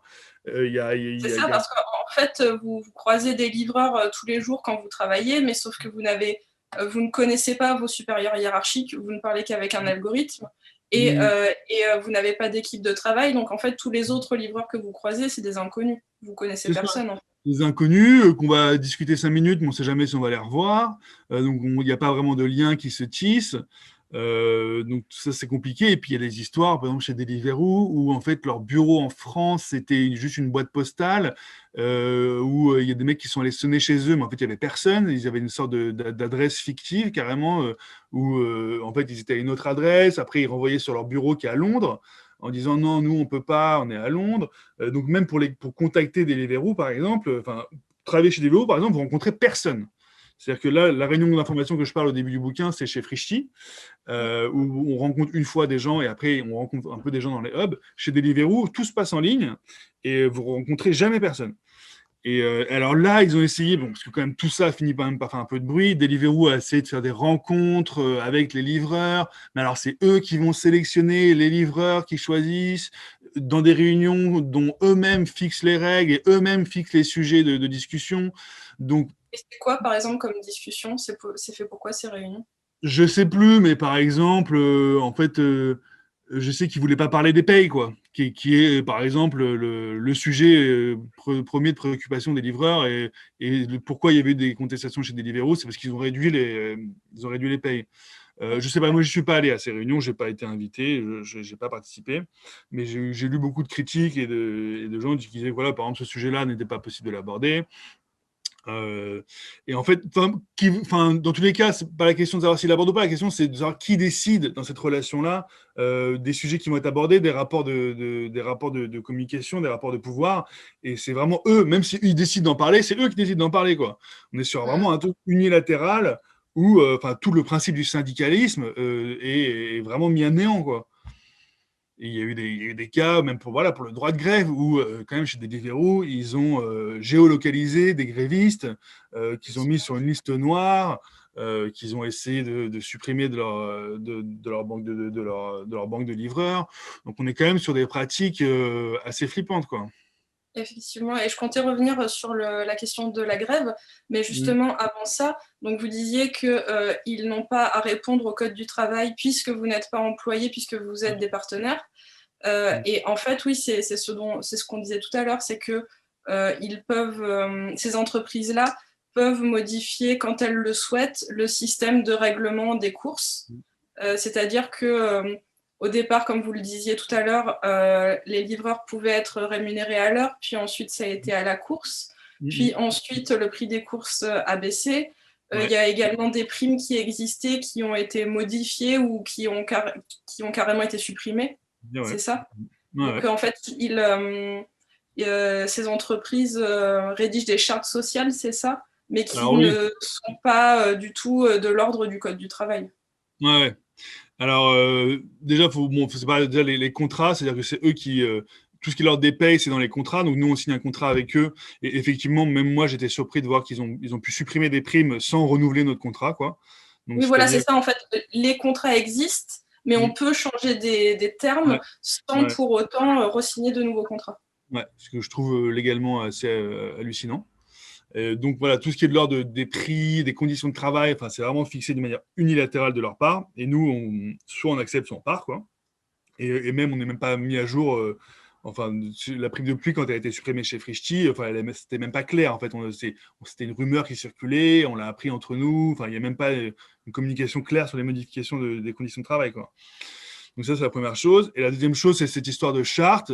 Donc c'est parce que, en gros, ils se sont fait souffler un peu dessus et qu'il y a quand même pas mal de gens qui ont commencé à lever la voix. Il y a une loi qui a été passée pour leur demander, s'ils le veulent bien, de rédiger des chartes de bonnes pratiques non qui sont ni obligatoires et qui elles-mêmes ne sont pas obligées de suivre en fait. C'est vraiment Oui, des vous chartes disiez consultatives. non, Voilà. non contraignantes, non, Non c'était contraignantes, ça. voilà, merci. Voilà, c'est ça. Des chartes qui sont qui sont ni obligatoires ni contraignantes. Donc on est vraiment sur un espèce de délire où en gros on va demander à des entreprises de rédiger le morceau de code du travail qui manque. Parce qu'en fait c'est ça la situation, c'est qu'en fait il y a une zone grise. Je suis pas forcément pour dire que tout le monde doit être salarié ou voilà, c'est possible. La société elle évolue, c'est possible qu'il y ait des nouvelles pratiques, et donc il y a effectivement une zone Et grise. d'ailleurs, il peut y avoir des bons côtés à ces nouvelles pratiques, comme vous disiez au Voilà, début.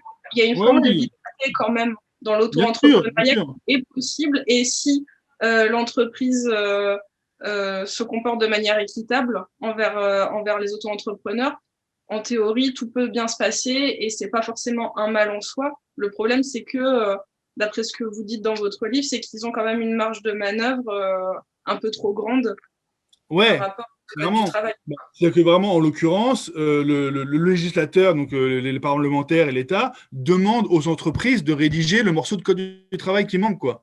Et donc, voilà, pour moi, c'est pas possible, quoi. C'est-à-dire que c'est pas à eux de rédiger eux-mêmes les lois pour leurs pratiques, quoi. Donc là, il y a vraiment quelque chose qui va pas. Pour un truc, et en plus, qui est pas contraignant, quoi. Et du coup, ces chartes, je sais même pas si elles sont sorties, en fait, ces chartes. Aux dernières nouvelles, elles étaient toujours pas sorties, en plus. Donc on est D'accord, vraiment sur une espèce de blague, de mauvaise blague, quoi. d'accord. Et il y a un Mais- autre aspect, pardon, allez-y. non, non, mais je ne sais pas si on va revenir là-dessus, mais effectivement, j'en parle. Il y a il y a aussi des bons côtés. Il y a des livreurs à vélo qui sont contents. Donc voilà, il faut aussi, voilà, comme je dis, il faut vivre avec son temps. Il faut légiférer, je pense, hein. Donc l'idée n'est pas mauvaise de légiférer et vouloir annuler l'ubérisation. Bon, c'est quelque chose qui va être compliqué à faire dans tous les cas. Maintenant, ça fait partie de nos vies. Comme vous le disiez, les chauffeurs VTC, maintenant, c'est vraiment rentré dans les usages quotidiens. Donc, je ne pense pas que ce soit ni souhaitable ni possible de totalement interdire l'ubérisation. Je pense qu'il faut vraiment y réfléchir de manière collective. Il faudrait qu'il y ait des consultations citoyennes avec les travailleurs, avec les clients, avec des juristes et des économistes, et qu'on arrive collectivement à faire un nouveau code du travail, quoi, qui correspondrait à ces pratiques-là. Et vous pensez dans ce cas qu'une ubérisation éthique, ce serait possible de prendre simplement le modèle économique, mais de l'adapter d'une manière plus équitable pour tous, ce serait Alors, faisable? je connais pas tous les domaines en tout cas, je pense qu'on pourra difficilement revenir en arrière. Et je sais même pas si c'est souhaitable. Dans tous les cas, voilà, ça fait partie de nos quotidiens aujourd'hui et il y a quand même certains avantages, et il faut l'avouer, à ces pratiques-là qui correspondent à des usages qui sont en évolution, de l'ordre du numérique, de l'ordre du fait qu'on est tous connectés à Internet en permanence avec des smartphones et que ça permet des usages nouveaux qui peuvent être intéressants. Mm. Donc, je suis pas totalement contre. Après, ce que je sais au niveau de la livraison de repas à vélo, il y a une partie des gens, et c'est pas que de moi, qui dit qu'en fait, si ce service était correctement rémunéré, avec des conditions de travail dignes, en fait, il serait juste pas viable. C'est-à-dire que se Mm. faire livrer un kebab qui vaut 5 euros par un mec qui va gagner, aujourd'hui on le paye 2 euros, ça marche si on le paye 2 euros, quoi. Si demain ce mec-là, on le paye de manière correcte, c'est possible que le service entier disparaisse, quoi. Oui. Dans Donc, ce cas-là, il faudrait peut-être revoir effectivement des modèles où ce serait des commandes groupées, ou il faudrait peut-être revoir le fonctionnement dès le je sais départ. pas, les gens livraient des pizzas avant, des salariés, enfin les livreurs de pizzas avant, ils étaient salariés et ça marchait. Donc pourquoi pas. Après, ce que je sors, parce que dans le huitième chapitre, c'est sur les ouvertures, les possibles.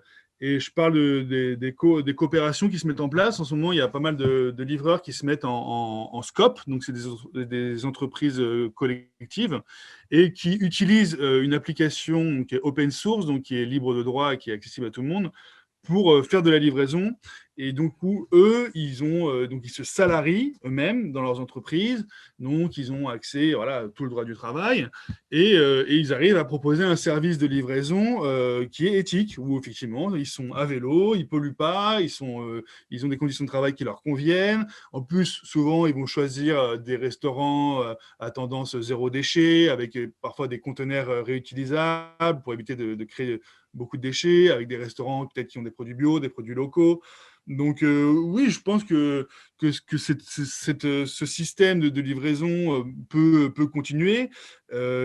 Qu'il peut y avoir une forme de travail numérique qui peut sortir aussi de ces énormes entreprises, quoi, parce que c'est un peu ça aussi le problème de l'ubérisation, c'est que c'est des énormes entreprises qui sont Uber qui est en Californie, qui a une importance mondiale et qui décide tout seul. Je pense qu'on peut recréer des espèces de petites entreprises qui utilisent le numérique pour faire le même genre de service, mais juste d'une manière plus éthique et plus équilibrée entre les travailleurs, les clients, et que ce soit moins géré par des grands groupes qui font ce qu'ils veulent, quoi.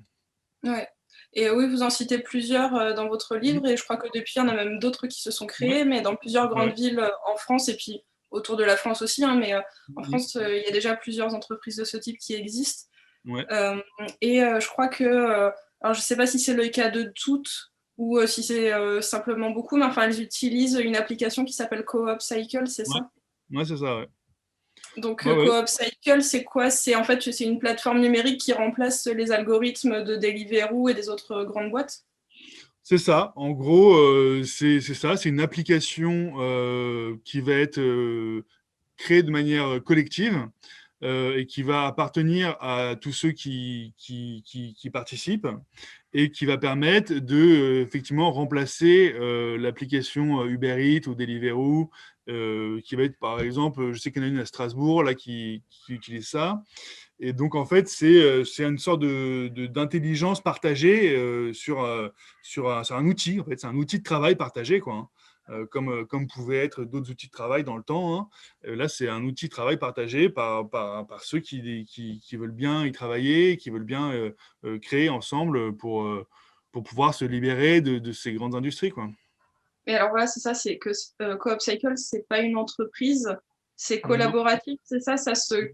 enfin, il y a des bénévoles qui travaillent pour le mettre en Alors, place. je ne sais pas exactement, je crois qu'ils ont réussi à avoir un premier salarié, parce que ça a été créé, je crois, par une seule personne que j'avais essayé de contacter à un moment, mais qui était bénévole, qui avait un autre boulot, qui avait créé cette application tout seul. Et je crois que maintenant, et en fait, il demandait à chaque groupe de gens qui utilisent son application de payer, s'ils en avaient les moyens, de payer un peu pour les frais de développement et d'entretien de l'application.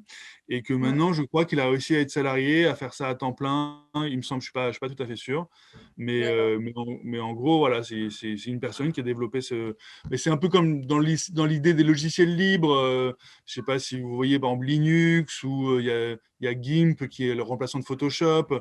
C'est des logiciels qui appartiennent à tout le monde, en fait. Oui, d'accord. Alors, Et il me donc, enfin, comme on disait que les algorithmes de ces gros groupes sont complètement opaques et que vous n'avez aucun moyen de savoir en tant que livreur comment fonctionne, à qui on va donner quelle course. Là, Ouais. ça permet une transparence en fait pour Mhm. les salariés de ces petites entreprises. Là, tout le Tout monde à sait fait. comment fonctionne l'outil.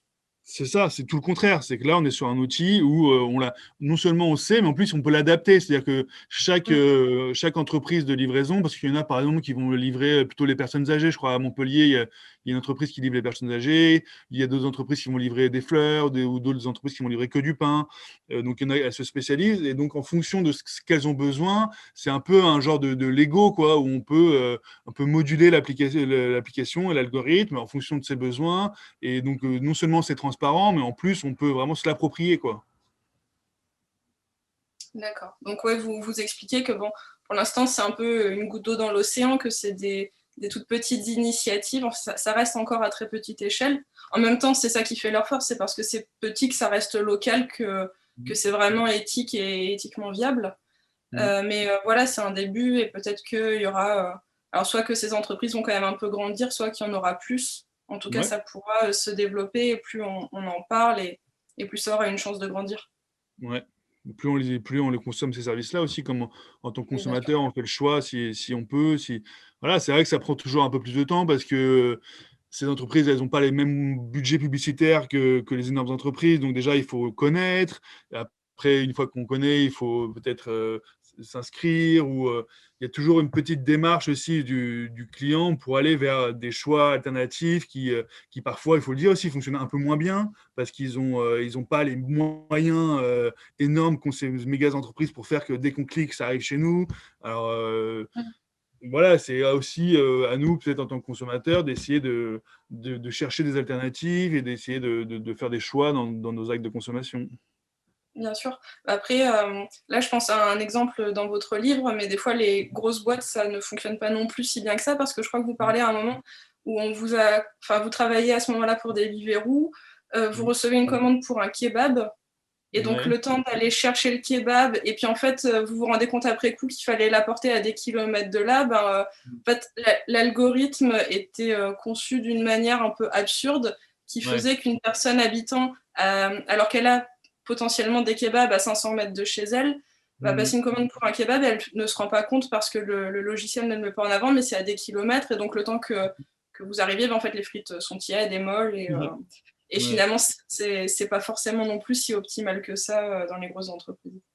Non, non, ce qui compte, eux, c'est qu'il y ait des actes d'achat, quoi. Donc, c'est pour ça que sur Deliveroo, par exemple, vous allez ouvrir l'application, vous allez voir plein de belles images de tout. Enfin, vous avez l'impression que tout est possible, que vous pouvez manger tous les plats du monde, que tout est accessible et tout. Simplement, voilà, ce que vous savez pas, c'est que si vous choisissez tel plat, en fait, il va faire 40 minutes de vélo, il va arriver froid, et que ça va pas être terrible, et qu'effectivement, vous avez peut-être la même personne qui fait des plats en bas de chez vous, mais qui est pas sur l'application Deliveroo, Mm. ou que va savoir pourquoi l'algorithme a trouvé que c'était plus simple d'aller chercher l'autre. Et donc voilà, ce qui compte, c'est d'avoir un maximum d'offres alléchantes de repas, de choses à acheter, et que les gens achètent, quoi, hein. Après, savoir d'où ça vient, qui l'a fait, bon, tout ça, c'est secondaire, quoi. Mm. Je voulais revenir aussi un moment sur... on parlait de l'isolement des travailleurs dans ces formes d'emploi ubérisé. Et il y a quelque chose qui est quand même assez choquant, dont vous parlez dans le livre, qui est en fait qui est permis, qui peut exister justement parce qu'il y a cet isolement et cette anonymisation des travailleurs où personne ne se connaît, c'est la sous-location des comptes. Ouais. Est-ce que vous pouvez expliquer un peu de quoi il s'agit? Alors en fait, donc il y a toute une population de gens qui ne peuvent pas légalement créer une entreprise. Maintenant, ça s'appelle une micro-entreprise, mais bon, une Ouais. auto-entreprise. Donc ces gens-là, globalement, c'est les mineurs, donc les gens qui ont moins de 18 ans, et les migrants, des gens qui n'ont pas les papiers français. Oui, Et du parce que coup, vous le dites, hein, qu'il y a beaucoup, la majeure partie des personnes qui travaillent pour ces entreprises, elles sont souvent étrangères et même souvent sans papier en fait. ouais. Ouais, ouais, alors après, moi, j'ai pas fait vraiment de sondage sociologique, parce que voilà, je suis plus quelqu'un qui a fait un témoignage avec ce que je vois, quoi. Et du coup, j'ai vu qu'il y avait beaucoup de gens qui parlaient pas bien le français. Donc ça, c'est quelque chose que je peux affirmer. Et voilà, beaucoup de gens de couleur, j'étais un des rares blancs que j'ai croisés dans cette activité, en tout cas à Paris. Apparemment, en province, c'est peut-être différent. Et du coup, mais voilà, après, j'ai pas demandé qui avait des papiers. Et puis, en général, les gens qui n'ont pas de papiers, ils vont pas le dire comme ça non plus, hein. Donc voilà, je sais pas, il y en a qui sont en situation, qui ont un permis de séjour, voilà. Donc, bon, en gros, je peux pas dire exactement la proportion, quoi, hein, mais ça a été révélé notamment par Libération, qu'on fait un article, et c'est connu, et moi, on m'a même proposé. Il y a toute une partie de ces gens-là qui, donc, en gros, n'ont pas de papiers ou sont mineurs et vont louer un compte à quelqu'un qui a une vraie micro-entreprise, quelqu'un comme moi par exemple, et qui vont aller travailler à ma place. Ils vont aller travailler à ma place, et donc je vais leur donner mon compte, en fait, ils vont travailler avec leur téléphone, ils vont travailler, et ça va tomber sur mon compte en banque à moi, l'argent. Et du coup, moi, je vais garder, je ne l'ai pas fait, hein, mais si je le faisais, je Ouais. garderais un pourcentage. Alors, ça se dépend, des fois c'est 20, 30%, 50%, ça dépend des arrangements, quoi. Je vais garder une partie de ses revenus et je vais lui filer le reste, quoi. Donc, en gros, je deviens un genre d'exploitant de personne qui est déjà exploitée. Et moi, je suis moi-même exploité et je vais encore exploiter quelqu'un d'autre, quoi. Et ça, c'est quelque chose qui se pratique beaucoup, notamment par voilà, des migrants qui n'ont pas du tout d'autre manière de gagner de l'argent, quoi. Enfin, à un moment, je dis, c'est entre vendre des cigarettes à Barbès ou rabattre pour des coiffeurs à Château-Rouge, et ben, livrer chez Frischti, c'est une bonne option, quoi, pour eux, même s'ils vont gagner. Déjà que nous, on ne gagne pas beaucoup, mais alors eux, ils vont gagner encore moins, quoi. Ils vont gagner, tout à l'heure, je parlais de 5 euros de l'heure, c'est les mecs, ils vont peut-être gagner 2,50 € de l'heure, quoi. Mais Et, pour eux, voilà, c'est déjà ça, quoi. et c'est des pratiques, comme vous le disiez, qui ont été dénoncées. Il y a eu des Ouais. articles, des émissions qui en ont parlé. Malgré tout, ça doit exister encore parce que c'est très difficile de réguler ça, en fait. Il passe complètement... C'est Alors, invisible aux c'est yeux du... compliqué. Je crois qu'il y a Uber qui a essayé de faire un truc de reconnaissance faciale pour être sûr que la personne qui a le compte, c'est la même personne Mm. qui travaille. Mais bon, est-ce qu'on a vraiment envie de se faire un truc de reconnaissance faciale à chaque fois qu'on travaille? Et puis même ces trucs-là, apparemment, les technologies sont pas très au point. Donc c'était un peu la seule piste qui a été sortie. Mais effectivement, c'est compliqué comme on n'a pas vraiment de rapport avec des gens. Bah, que ce soit moi ou quelqu'un d'autre qui bosse, en fait, personne ne s'en rend compte vraiment, quoi, hein. Ouais. Euh, donc c'est compliqué enfin, pour les migrants déjà, bon, c'est un peu limite, et pour les mineurs, c'est aussi un problème, quoi. C'est-à-dire qu'il y a un article aussi dans Libération où il parle de décrochage scolaire de collégiens, de lycéens qui en gros préfèrent aller livrer Uber et gagner 30 € pendant la journée plutôt que d'aller à l'école, quoi. Mm, mm. Ouais. Mm. Et oui, ça, ce sont des dérives de cette anonymisation Mm. des travailleurs. Et vous expliquiez bien que ce démantèlement comme ça de possibles équipes de travail, ça amène d'autres choses. Ça amène donc moins de solidarité Mm. entre les travailleurs. Ça fait que on ne peut pas, vous ne pouvez pas discuter entre vous. Donc, en fait, vous êtes isolé dans un problème que vous pensez être individuel, alors qu'en Mm. fait, vous vivez tous la même situation. Et comme vous n'avez pas de syndicat pour vous représenter puisque vous n'êtes pas salarié et que Mm. vous n'avez pas d'espace au quotidien pour vous retrouver et discuter. Il y a d'autres initiatives qui se créent. Vous parliez par exemple des groupes Facebook. Ouais. Donc voilà, est-ce que vous pouvez nous expliquer un peu comment ça se passe? C'est géré par qui? Vous y dites quoi? Ça sert à quoi? Ok. Donc effectivement, il y a des groupes Facebook ou WhatsApp aussi, donc des groupes plutôt privés sur WhatsApp, et sur Facebook, c'est des groupes un peu plus larges, où en gros, voilà, faut dire que vous êtes livreur pour rentrer, mais n'importe qui peut y rentrer. C'est là aussi où il y a une limite.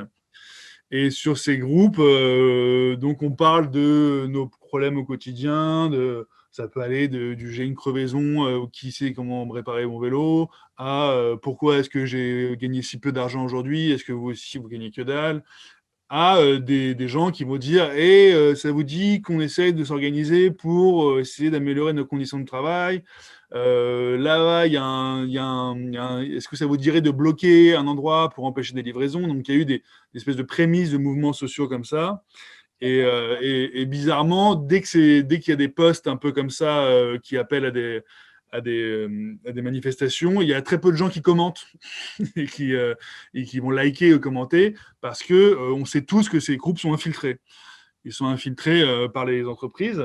Et alors après, à quel niveau, est-ce qu'ils regardent tous les posts, on ne sait pas trop. Mais comme ils sont suffisamment faciles d'accès, on est sûr qu'il y a des gens de Frishti ou de Deliveroo qui sont dans ces groupes et qui regardent, et donc qui vont potentiellement faire des dossiers sur les gens qui sont les plus virulents et qui vont le plus porter problème à leur entreprise. Hein. D'accord, Et donc il n'y a aucune certitude, mais ça fait que la parole n'est pas totalement libre. la parole n'est pas totalement libre, ouais, exactement. Après, voilà, il y a quand même un collectif qu'il faut que je cite, qui s'appelle le CLAP, le collectif des livreurs autonomes parisiens, qui est, alors je ne sais pas exactement, je crois que c'est une association, donc, parce qu'on n'a pas vraiment le droit d'être un syndicat, hein, c'est une association de défense des livreurs à vélo qui milite beaucoup pour les droits des livreurs à vélo, qui organise des manifestations. Il y a aussi, je crois il y a une branche de la CGT, je crois à Toulouse ou à Bordeaux, qui s'est associée avec des livreurs. Alors je ne sais pas, pareil, comment est-ce qu'ils peuvent, parce que comme ils ne sont pas salariés, ils ne peuvent pas vraiment être à la CGT, mais en tout cas, il y a la CGT qui quand même s'intéresse à ce cas des livreurs à vélo. Il y a des gens qui militent aussi dans ce sens-là. Donc il y a quelques organisations comme ça qui essayent de défendre la parole des livreurs à vélo. Ou des livreurs à scooter aussi, hein, je dis toujours vélo, mais il y en a beaucoup à scooter. Mais majoritairement, effectivement, on est très isolé, quoi. On est très isolé, et voilà, c'est que ça va être que des petits mots comme ça dans les couloirs ou sur les places où on va se parler, mais, euh, mais effectivement, on est chacun tous dans notre téléphone, dans notre chiffre d'affaires, et il y a un côté un peu, voilà, David contre Goliath, on voit ces énormes entreprises, on se dit qu'est-ce qu'on peut faire, voilà, on peut pas vraiment. Enfin, alors, il y a eu des blocages qui ont essayé d'être faits. Donc, en Oui, il y en a gros, eu l'été dernier, c'est ça, à ouais, l'été c'est ça. 2019. Ouais, c'est ça.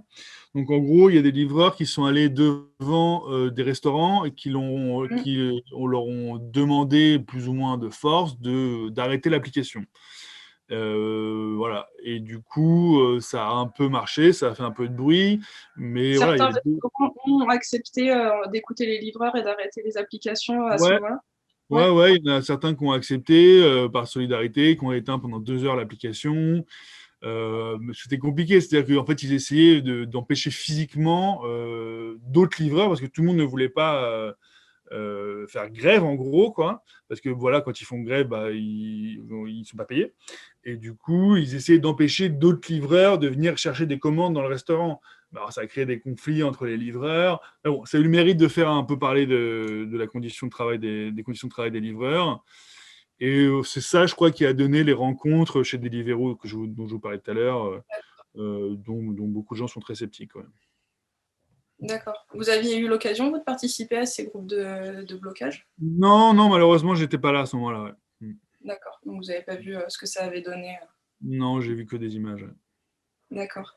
Et tout à l'heure, vous disiez que vous aviez travaillé pendant le premier confinement, c'est ça? Vous Ouais. aviez fait des courses. Ouais. Moi, je trouvais ça intéressant aussi justement de parler de ce travail de livraison à vélo dans cette période particulière en plein milieu du Covid. Ouais. Parce que voilà, bon, le premier confinement était quand même assez différent du deuxième Ouais. qu'on vit actuellement. Parce Mm. que pendant le premier, extrêmement peu de personnes en fait continuaient à travailler ou du moins à travailler à l'extérieur. Il y en avait aussi beaucoup, si elles le pouvaient, qui télétravaillaient. Mm. Et vous avez fait partie des professions. Alors, bon, on vous mettra peut-être pas au même niveau que les soignants, mais il y avait quand même pas mal de professions comme ça qui étaient en première ligne, à commencer par les soignants. Mais il y avait aussi les caissiers de supermarché, par Ouais. exemple. Il y avait, on a beaucoup parlé à l'époque du premier confinement des employés d'Amazon, Mm. qui aussi avaient des conditions de travail et, en règle générale, et à ce moment-là particulièrement, par rapport aux mesures sanitaires qui ne correspondaient pas aux normes. Et Mm. puis, il y a eu les livreurs à vélo, Mm. parce que, bon, on peut imaginer les particuliers qui sont confinés chez eux Mm. et qui ont quand même envie d'avoir un repas chaud à domicile et qui Mm. continuaient à faire des demandes de courses. Ouais. Et donc, qu'est-ce que c'était en fait de travailler pendant le confinement quand il n'y avait personne dans les rues? Ça s'est passé comment? Bah, c'était c'est ambigu, c'est-à-dire que bon, c'était bizarre, hein, enfin l'ambiance était particulière, il y avait vraiment personne, donc c'est vrai qu'il y avait un truc un peu grisant quoi, de se retrouver tout seul dans la rue, enfin rouler au milieu de la rue, les mains en l'air, il y avait un côté genre voilà, la ville nous appartient, il y avait un côté un peu voilà, enfin, extraordinaire quoi. Et puis d'un côté, il y a un côté très flippant quand même, parce que on savait pas du tout à ce moment-là enfin, il y avait vraiment une espèce de psychose générale sur comment se transmet le virus. Il n'y avait pas de masque.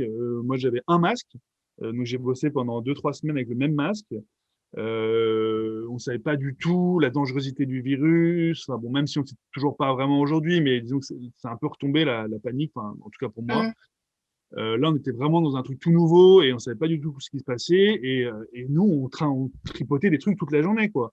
C'est-à-dire Oui, que vous n'aviez pas de gel hydroalcoolique fourni par non, il n'y avait l'entreprise. pas de gel alcoolique, il n'y avait pas de masque. Et puis en vrai, enfin, même avec des gels alcooliques, des masques, on tripote beaucoup de trucs, quoi. On va pas se mettre du gel toutes les 2 secondes. Enfin, enfin, j'ai écrit un texte là-dessus où je disais, voilà, entre le sac, le sac de bouffe, notre sac, la porte du restaurant, le vélo, le smartphone. Enfin, le smartphone, ça marche pas avec des gants, par exemple, hein. Donc, Oui, le smartphone, on arrive chez le client, ça va être le premier digicode, le deuxième digicode, le bouton de l'ascenseur. Enfin, on touchait à peu près 10 trucs entre 2 commandes, quoi. Et, mmh. euh, et du coup, pour nous et pour les clients, enfin moi, c'était plutôt pour les gens que j'avais peur ou pour je sais pas, pour la société en général, parce que voilà, apparemment les jeunes n'étaient pas trop touchés, donc moi, je n'avais pas trop peur du truc, mais il y avait un truc vraiment, tout le monde disait restez chez vous, et en fait, moi, il y a un moment, je culpabilisais un peu en me disant, est-ce qu'on n'est pas en train de faire une connerie, quoi? Surtout que, voilà, les caissières ou bon, les infirmières évidemment, mais même les caissières font des actions qui sont quand même assez indispensables. C'est-à-dire qu'on est quand même obligé d'aller à Franprix au supermarché pour acheter à manger. Nous, clairement, on livre de la restauration rapide, en fait, quoi, des kebabs, des sushis, des burgers, enfin, des Oui, trucs on peut vraiment. estimer que c'est du luxe pour les personnes qui. C'est Enfin, en tout quand cas, même. oui, c'est une notion de plaisir et c'est pas Ouais. forcément un bien essentiel pour les personnes qui le commandent. Pardon, Mais la raison pour laquelle vous avez continué à livrer pendant ce confinement, comme vous le disiez tout à l'heure, c'est parce que en tant qu'auto-entrepreneur, vous n'avez pas d'indemnité chômage. Et ouais. à ce moment-là, en fait, l'ensemble des livreurs avaient le choix entre rester chez soi si on pouvait se passer de cette rémunération et dans ce cas-là, mettre sa sécurité au premier plan ou ne pas pouvoir se Ouais. passer de cette rémunération et continuer à travailler. Ah bah oui, oui, et puis il y en a beaucoup qui n'ont pas eu le choix, hein. C'est-à-dire que il y a eu des dédommagements, mais il fallait avoir fait plus de 1 500 € sur le même mois de l'année précédente. Et D'accord. donc, quand c'était en mars 2020, moi j'avais commencé mon activité en mai 2019. Du coup, en mars 2019, j'avais pas de chiffre d'affaires en tant qu'auto-entrepreneur. Du coup, j'avais pas le droit à avoir une rémunération, un dédommagement, quoi. Et ce qui était le cas de pas mal de livreurs, hein. Et du coup, tout cela, ils étaient obligés de continuer à bosser s'ils voulaient avoir un peu d'argent, quoi. Mhm. Et là, Et j'en fais partie, ouais. pendant ce deuxième confinement, bon, l'ambiance est quand même très différente parce que, comme vous le disiez, on a Ouais. un peu moins peur du virus parce qu'on commence un peu à comprendre comment ça fonctionne. Et beaucoup de personnes aussi l'ont attrapé et vont bien aujourd'hui, heureusement. Euh, mais alors, beaucoup de personnes continuent actuellement à travailler, mais c'est pour les. On a beaucoup parlé là ces dernières semaines des petits commerces qui, eux, sont contraints à fermer ou à ouvrir, mais en formule de drive ou de click and collect, enfin dans des modes très particuliers. Et pour les restaurateurs, donc plus personne ne peut aller au restaurant et l'unique manière en fait qu'ils ont de continuer à travailler, c'est de passer par la livraison et donc par vous en fait. Oui, effectivement, que pour les petits restaurants qui peuvent utiliser ce service, ça peut peut-être les sauver d'une forme de faillite, hein. Donc, Et donc comme vous dites dans votre livre, c'est en tout cas dans le cas pour les livreurs, c'est ni une bonne chose ni une mauvaise chose finalement de devoir continuer à travailler parce que certes l'emploi n'est pas optimal et en même temps ça reste un emploi et c'est ça ou rien. Donc d'un côté tant mieux qu'on continue à faire appel à vous et voilà la ouais, bien situation. sûr. Après, il y a un moment où je dis, est-ce que c'est mieux que rien? Est-ce que Voilà, rien serait mieux? Et je conclue en disant que mieux serait mieux, quoi. Donc, oui, c'est sûr que c'est mieux que rien. C'est sûr que rien, ce serait pas mieux. Mais bon, est-ce qu'on peut se satisfaire quand même de ça? Moi, je pense que non. Enfin, je pense que c'est à la société, en général, d'y réfléchir et de se dire, est-ce qu'on veut une société à deux vitesses? Parce qu'en fait, moi, c'est ça une des conclusions aussi de cette enquête, c'est qu'on arrive vraiment dans une société à deux vitesses où il y a les gens qui vont avoir un vrai travail, qui vont être salariés, qui vont être sûrs d'avoir une paye, qui vont avoir des congés, qui vont avoir une compensation s'ils tombent malades, s'ils peuvent pas travailler, qui vont avoir des arrangements comme on le voit en ce moment avec le télétravail, hein. Les gens qui sont salariés, ils continuent à toucher leur paye, ils s'arrangent, ils font du télétravail. Voilà, ils ont une forme de sécurité de l'emploi, quoi. Et une deuxième couche de la population qui va être les ubérisés, quoi, qui eux vont être un peu la marge de manœuvre de quand il y a du boulot, ils vont avoir du boulot, quand il n'y en a plus, ils vont devoir changer de boulot, quand il n'y aura rien, il n'y aura rien, et ils vont pas de SMIC aussi quand même, on n'a pas parlé de ça, mais il y a quand même pas de salaire minimum, quoi. Donc on va avoir des gens qui vont travailler en dessous du salaire minimum. Et donc, pour moi, on a vraiment une sorte de société à deux vitesses, quoi. Alors, je me semble qu'on est quand même dans un pays pour lequel la justice sociale est une valeur importante. Et l'égalité, hein, c'est quand même dans notre trio de tête, hein, égalité, fraternité et Liberté. liberté, merci. Et donc l'égalité est un peu bafouée quand même par l'ubérisation. Donc qu'est-ce qu'on en fait? Alors c'est sûr qu'il y a des gens qui vont toujours être contents, qui vont dire voilà on a du boulot, faut pas cracher dans la soupe, c'est mieux que rien. Mais bon, il y a quand même une partie des gens qui sont pas contents. Et puis je pense que même en tant que client ou même en tant que citoyen, c'est à tout le monde d'y réfléchir et de se dire est-ce qu'on veut vivre dans un monde vraiment séparé en deux, quoi. Tout à fait. Et pour conclure, je vais simplement reparler une seconde de ce film dont je parlais tout à l'heure, Effacer l'historique, mais parce que alors la dernière scène du film, c'est un petit clin d'œil, mais en fait on voit comme ça un drone qui se balade dans les airs et en fait qui fait une livraison pour une entreprise type Amazon. Et donc c'est quand même bon, c'est une scène ironique évidemment pour le film, c'est une ouverture un peu critique. Vous voyez comment du coup l'avenir du travail, ce serait plutôt un travail comme ça de la machine et de l'algorithme jusqu'au bout, où on pourra même à terme se passer des personnes pour livrer, ou est-ce que vous le voyez plutôt comme on en parlait tout à l'heure de la note vraiment optimiste de ces petites entreprises qui, elles, au contraire, réhumanisent le travail, qui font du local et voilà, qui sont au contraire une valeur humaine largement ajoutée. Hmm. Alors, il y a comment moi je souhaiterais le voir et puis comment je pense qu'il va être. Pas exactement la même chose. Peut-être que les deux peuvent cohabiter aussi, hein, mais je Voilà, laisse je pense que effectivement il y aura une cohabitation des deux. Je pense qu'on peut pas, qu'il va y avoir des voitures autonomes, qu'on le veuille ou non. Va y avoir des drones, comme vous le dites, qui livrent des gadgets, des repas. Enfin, il y a déjà Uber qui est en train d'essayer des drones. Je sais plus où j'en parle dans le livre. Il y a vraiment des essais qui sont en train de se mettre en place dans une ville aux États-Unis. D'accord. Voilà, on va vers une automatisation du travail, hein, d'une manière générale. Il y a de plus en plus de choses qui sont faites soit par des robots physiques, soit par des algorithmes. Donc, aller contre la marche du progrès, c'est compliqué. Je ne dis pas que je suis pour ou que je suis contre, mais ça, on va y aller, quoi. Enfin, il se trouve que le monde aime le progrès et qu'il y a une sorte de fascination pour la technologie qui est pas totalement encore éteinte. Alors, j'ai l'impression de voir quand même de plus en plus de critiques, de gens qui réfléchissent. Voilà, on le voit par exemple sur la 5G, il y a quand même pas mal de voix qui se lèvent en disant est-ce qu'on a vraiment besoin d'aller toujours plus vite, toujours plus connecté voilà, et puis on a un gouvernement qui va nous dire c'est pas un débat. Enfin, c'est quoi la phrase le modèle Amish n'est pas un modèle. Hein, voilà, ce qu'il a dit notre président. Donc bon, cette espèce de truc, soit on est des Amish, soit on est des transhumains, quoi. Alors bon, j'espère qu'il y a quand même un modèle entre les deux. Il y a des initiatives qui peuvent être vraiment à mi-chemin, qui se voient. Enfin, comme pendant le confinement, il y a beaucoup de gens qui ont voulu se mettre à télétravailler au vert.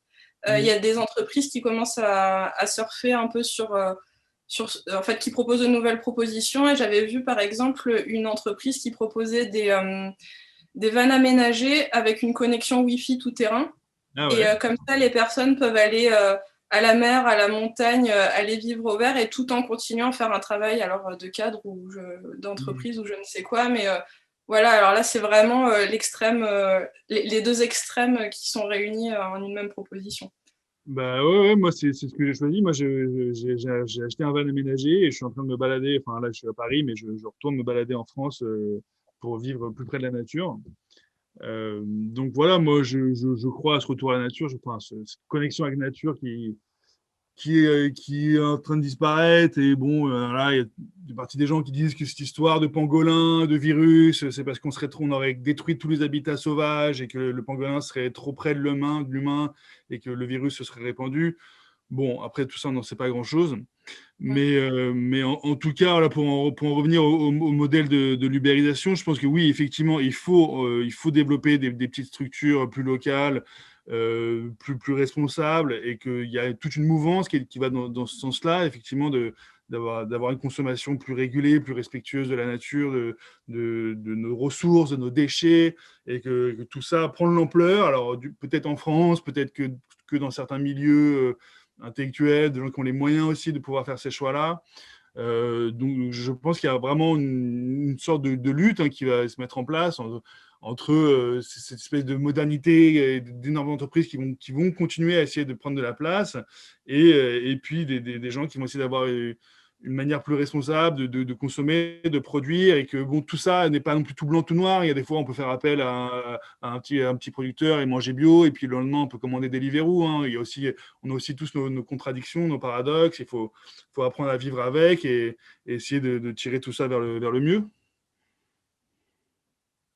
je Bien dirais. sûr, très bien. Et ben, merci beaucoup pour cette réponse et puis pour tout le temps que vous nous avez donné. Est-ce qu'il y a des choses que vous voudriez rajouter ou pour vous tout était clair? Non, tout est clair. Bah, je tiens à vous remercier aussi pour votre enquête que vous avez fait sur le sujet et sur le travail que vous avez fait sur mon livre, et puis vos questions, très bien, très bonnes questions. Et Ah j'ai ben, passé un je très vous bon remercie. moment avec vous. C'était vraiment avec plaisir. J'espère que ça aura intéressé du monde. Je vais remontrer la couverture du livre, je vais rappeler son titre. Donc, c'est L'exploitation à la cool dans l'enfer de la livraison à vélo. Donc, publié chez Stock, mais vous pouvez le réserver et venir le chercher au drive de la médiathèque Elsa Triolet et Aragon. Voilà, et bien, Jules Salé, encore un grand merci Merci à vous. et à bientôt peut-être. Bah, Et avec bon plaisir. courage aussi dans vos... Oui, c'est une dernière chose que je voulais vous demander, donc c'est vos projets à l'avenir. Donc là, vous nous dites que vous faites justement des ateliers dans les médiathèques, des ateliers cinéma auprès des ados. Donc Ouais. là, c'est votre projet pour les mois à venir. Voilà, je fais ça. Enfin, je fais ça un peu je fais ça à mi-temps. En gros, à mi-temps, je suis sur Paris, donc je fais des ateliers cinéma dans les médiathèques où j'apprends aux jeunes et aux moins jeunes d'ailleurs qui veulent venir à faire du montage et à filmer et à monter avec les téléphones portables. Et donc voilà, donc j'utilise la technologie aussi, mais pour apprendre aux gens comment comprendre une image, comment sont montées des images, comment fonctionne le monde de l'audiovisuel et comment utiliser le smartphone comme outil créatif. Mm. Et du coup, l'autre partie du temps, donc, je suis en vadrouille dans un camion aménagé qui est dans le Jura en ce moment. Et je vais à la rencontre d'éco-villages, de constructeurs de cabanes, de lieux participatifs. Et j'essaye d'écrire un deuxième livre. Ah, parfait. C'était Voilà. ma prochaine question. Ouais, bah, j'essaie d'écrire un livre sur ce voyage et notamment un des sujets, c'est les contradictions, comme je vous disais tout à l'heure, le fait qu'être tout blanc ou tout noir, c'est compliqué, et que parfois on est attiré par des mouvements qui vont être plus justes et plus éthiques, et parfois on est attiré aussi par une consommation confortable que nous permet toute cette technologie-là, quoi, ce rapport à la technologie. Bon, je raconte notamment que je suis en permanence sur Google pour savoir où je dois aller avec mon itinéraire. Je suis complètement fliqué par Google, mais que je suis à moitié à poil au milieu de la nature dans mon camion. C'est histoire de retour à la nature en étant toujours un espèce de citoyen connecté, de citadin connecté, cette espèce de paradoxe qu'il peut y avoir, cette ambiguïté qu'il peut y avoir entre nos désirs voilà, d'un monde meilleur et nos attaches à ce monde capitaliste dans lequel on est encore, quoi. D'accord. Ah bah, ça va être super intéressant. On a hâte de lire quand il sera publié. Ouais, j'espère. Déjà, il faut que je le finisse. Oui, oui, on vous laisse le temps. Très bien. Merci. Et bah, écoutez, un grand merci encore pour cet Bah, merci entretien et pour le beaucoup. temps que Ouais. vous nous avez consacré. Ouais. Bah, merci pour l'invitation. C'était un grand plaisir de parler avec vous.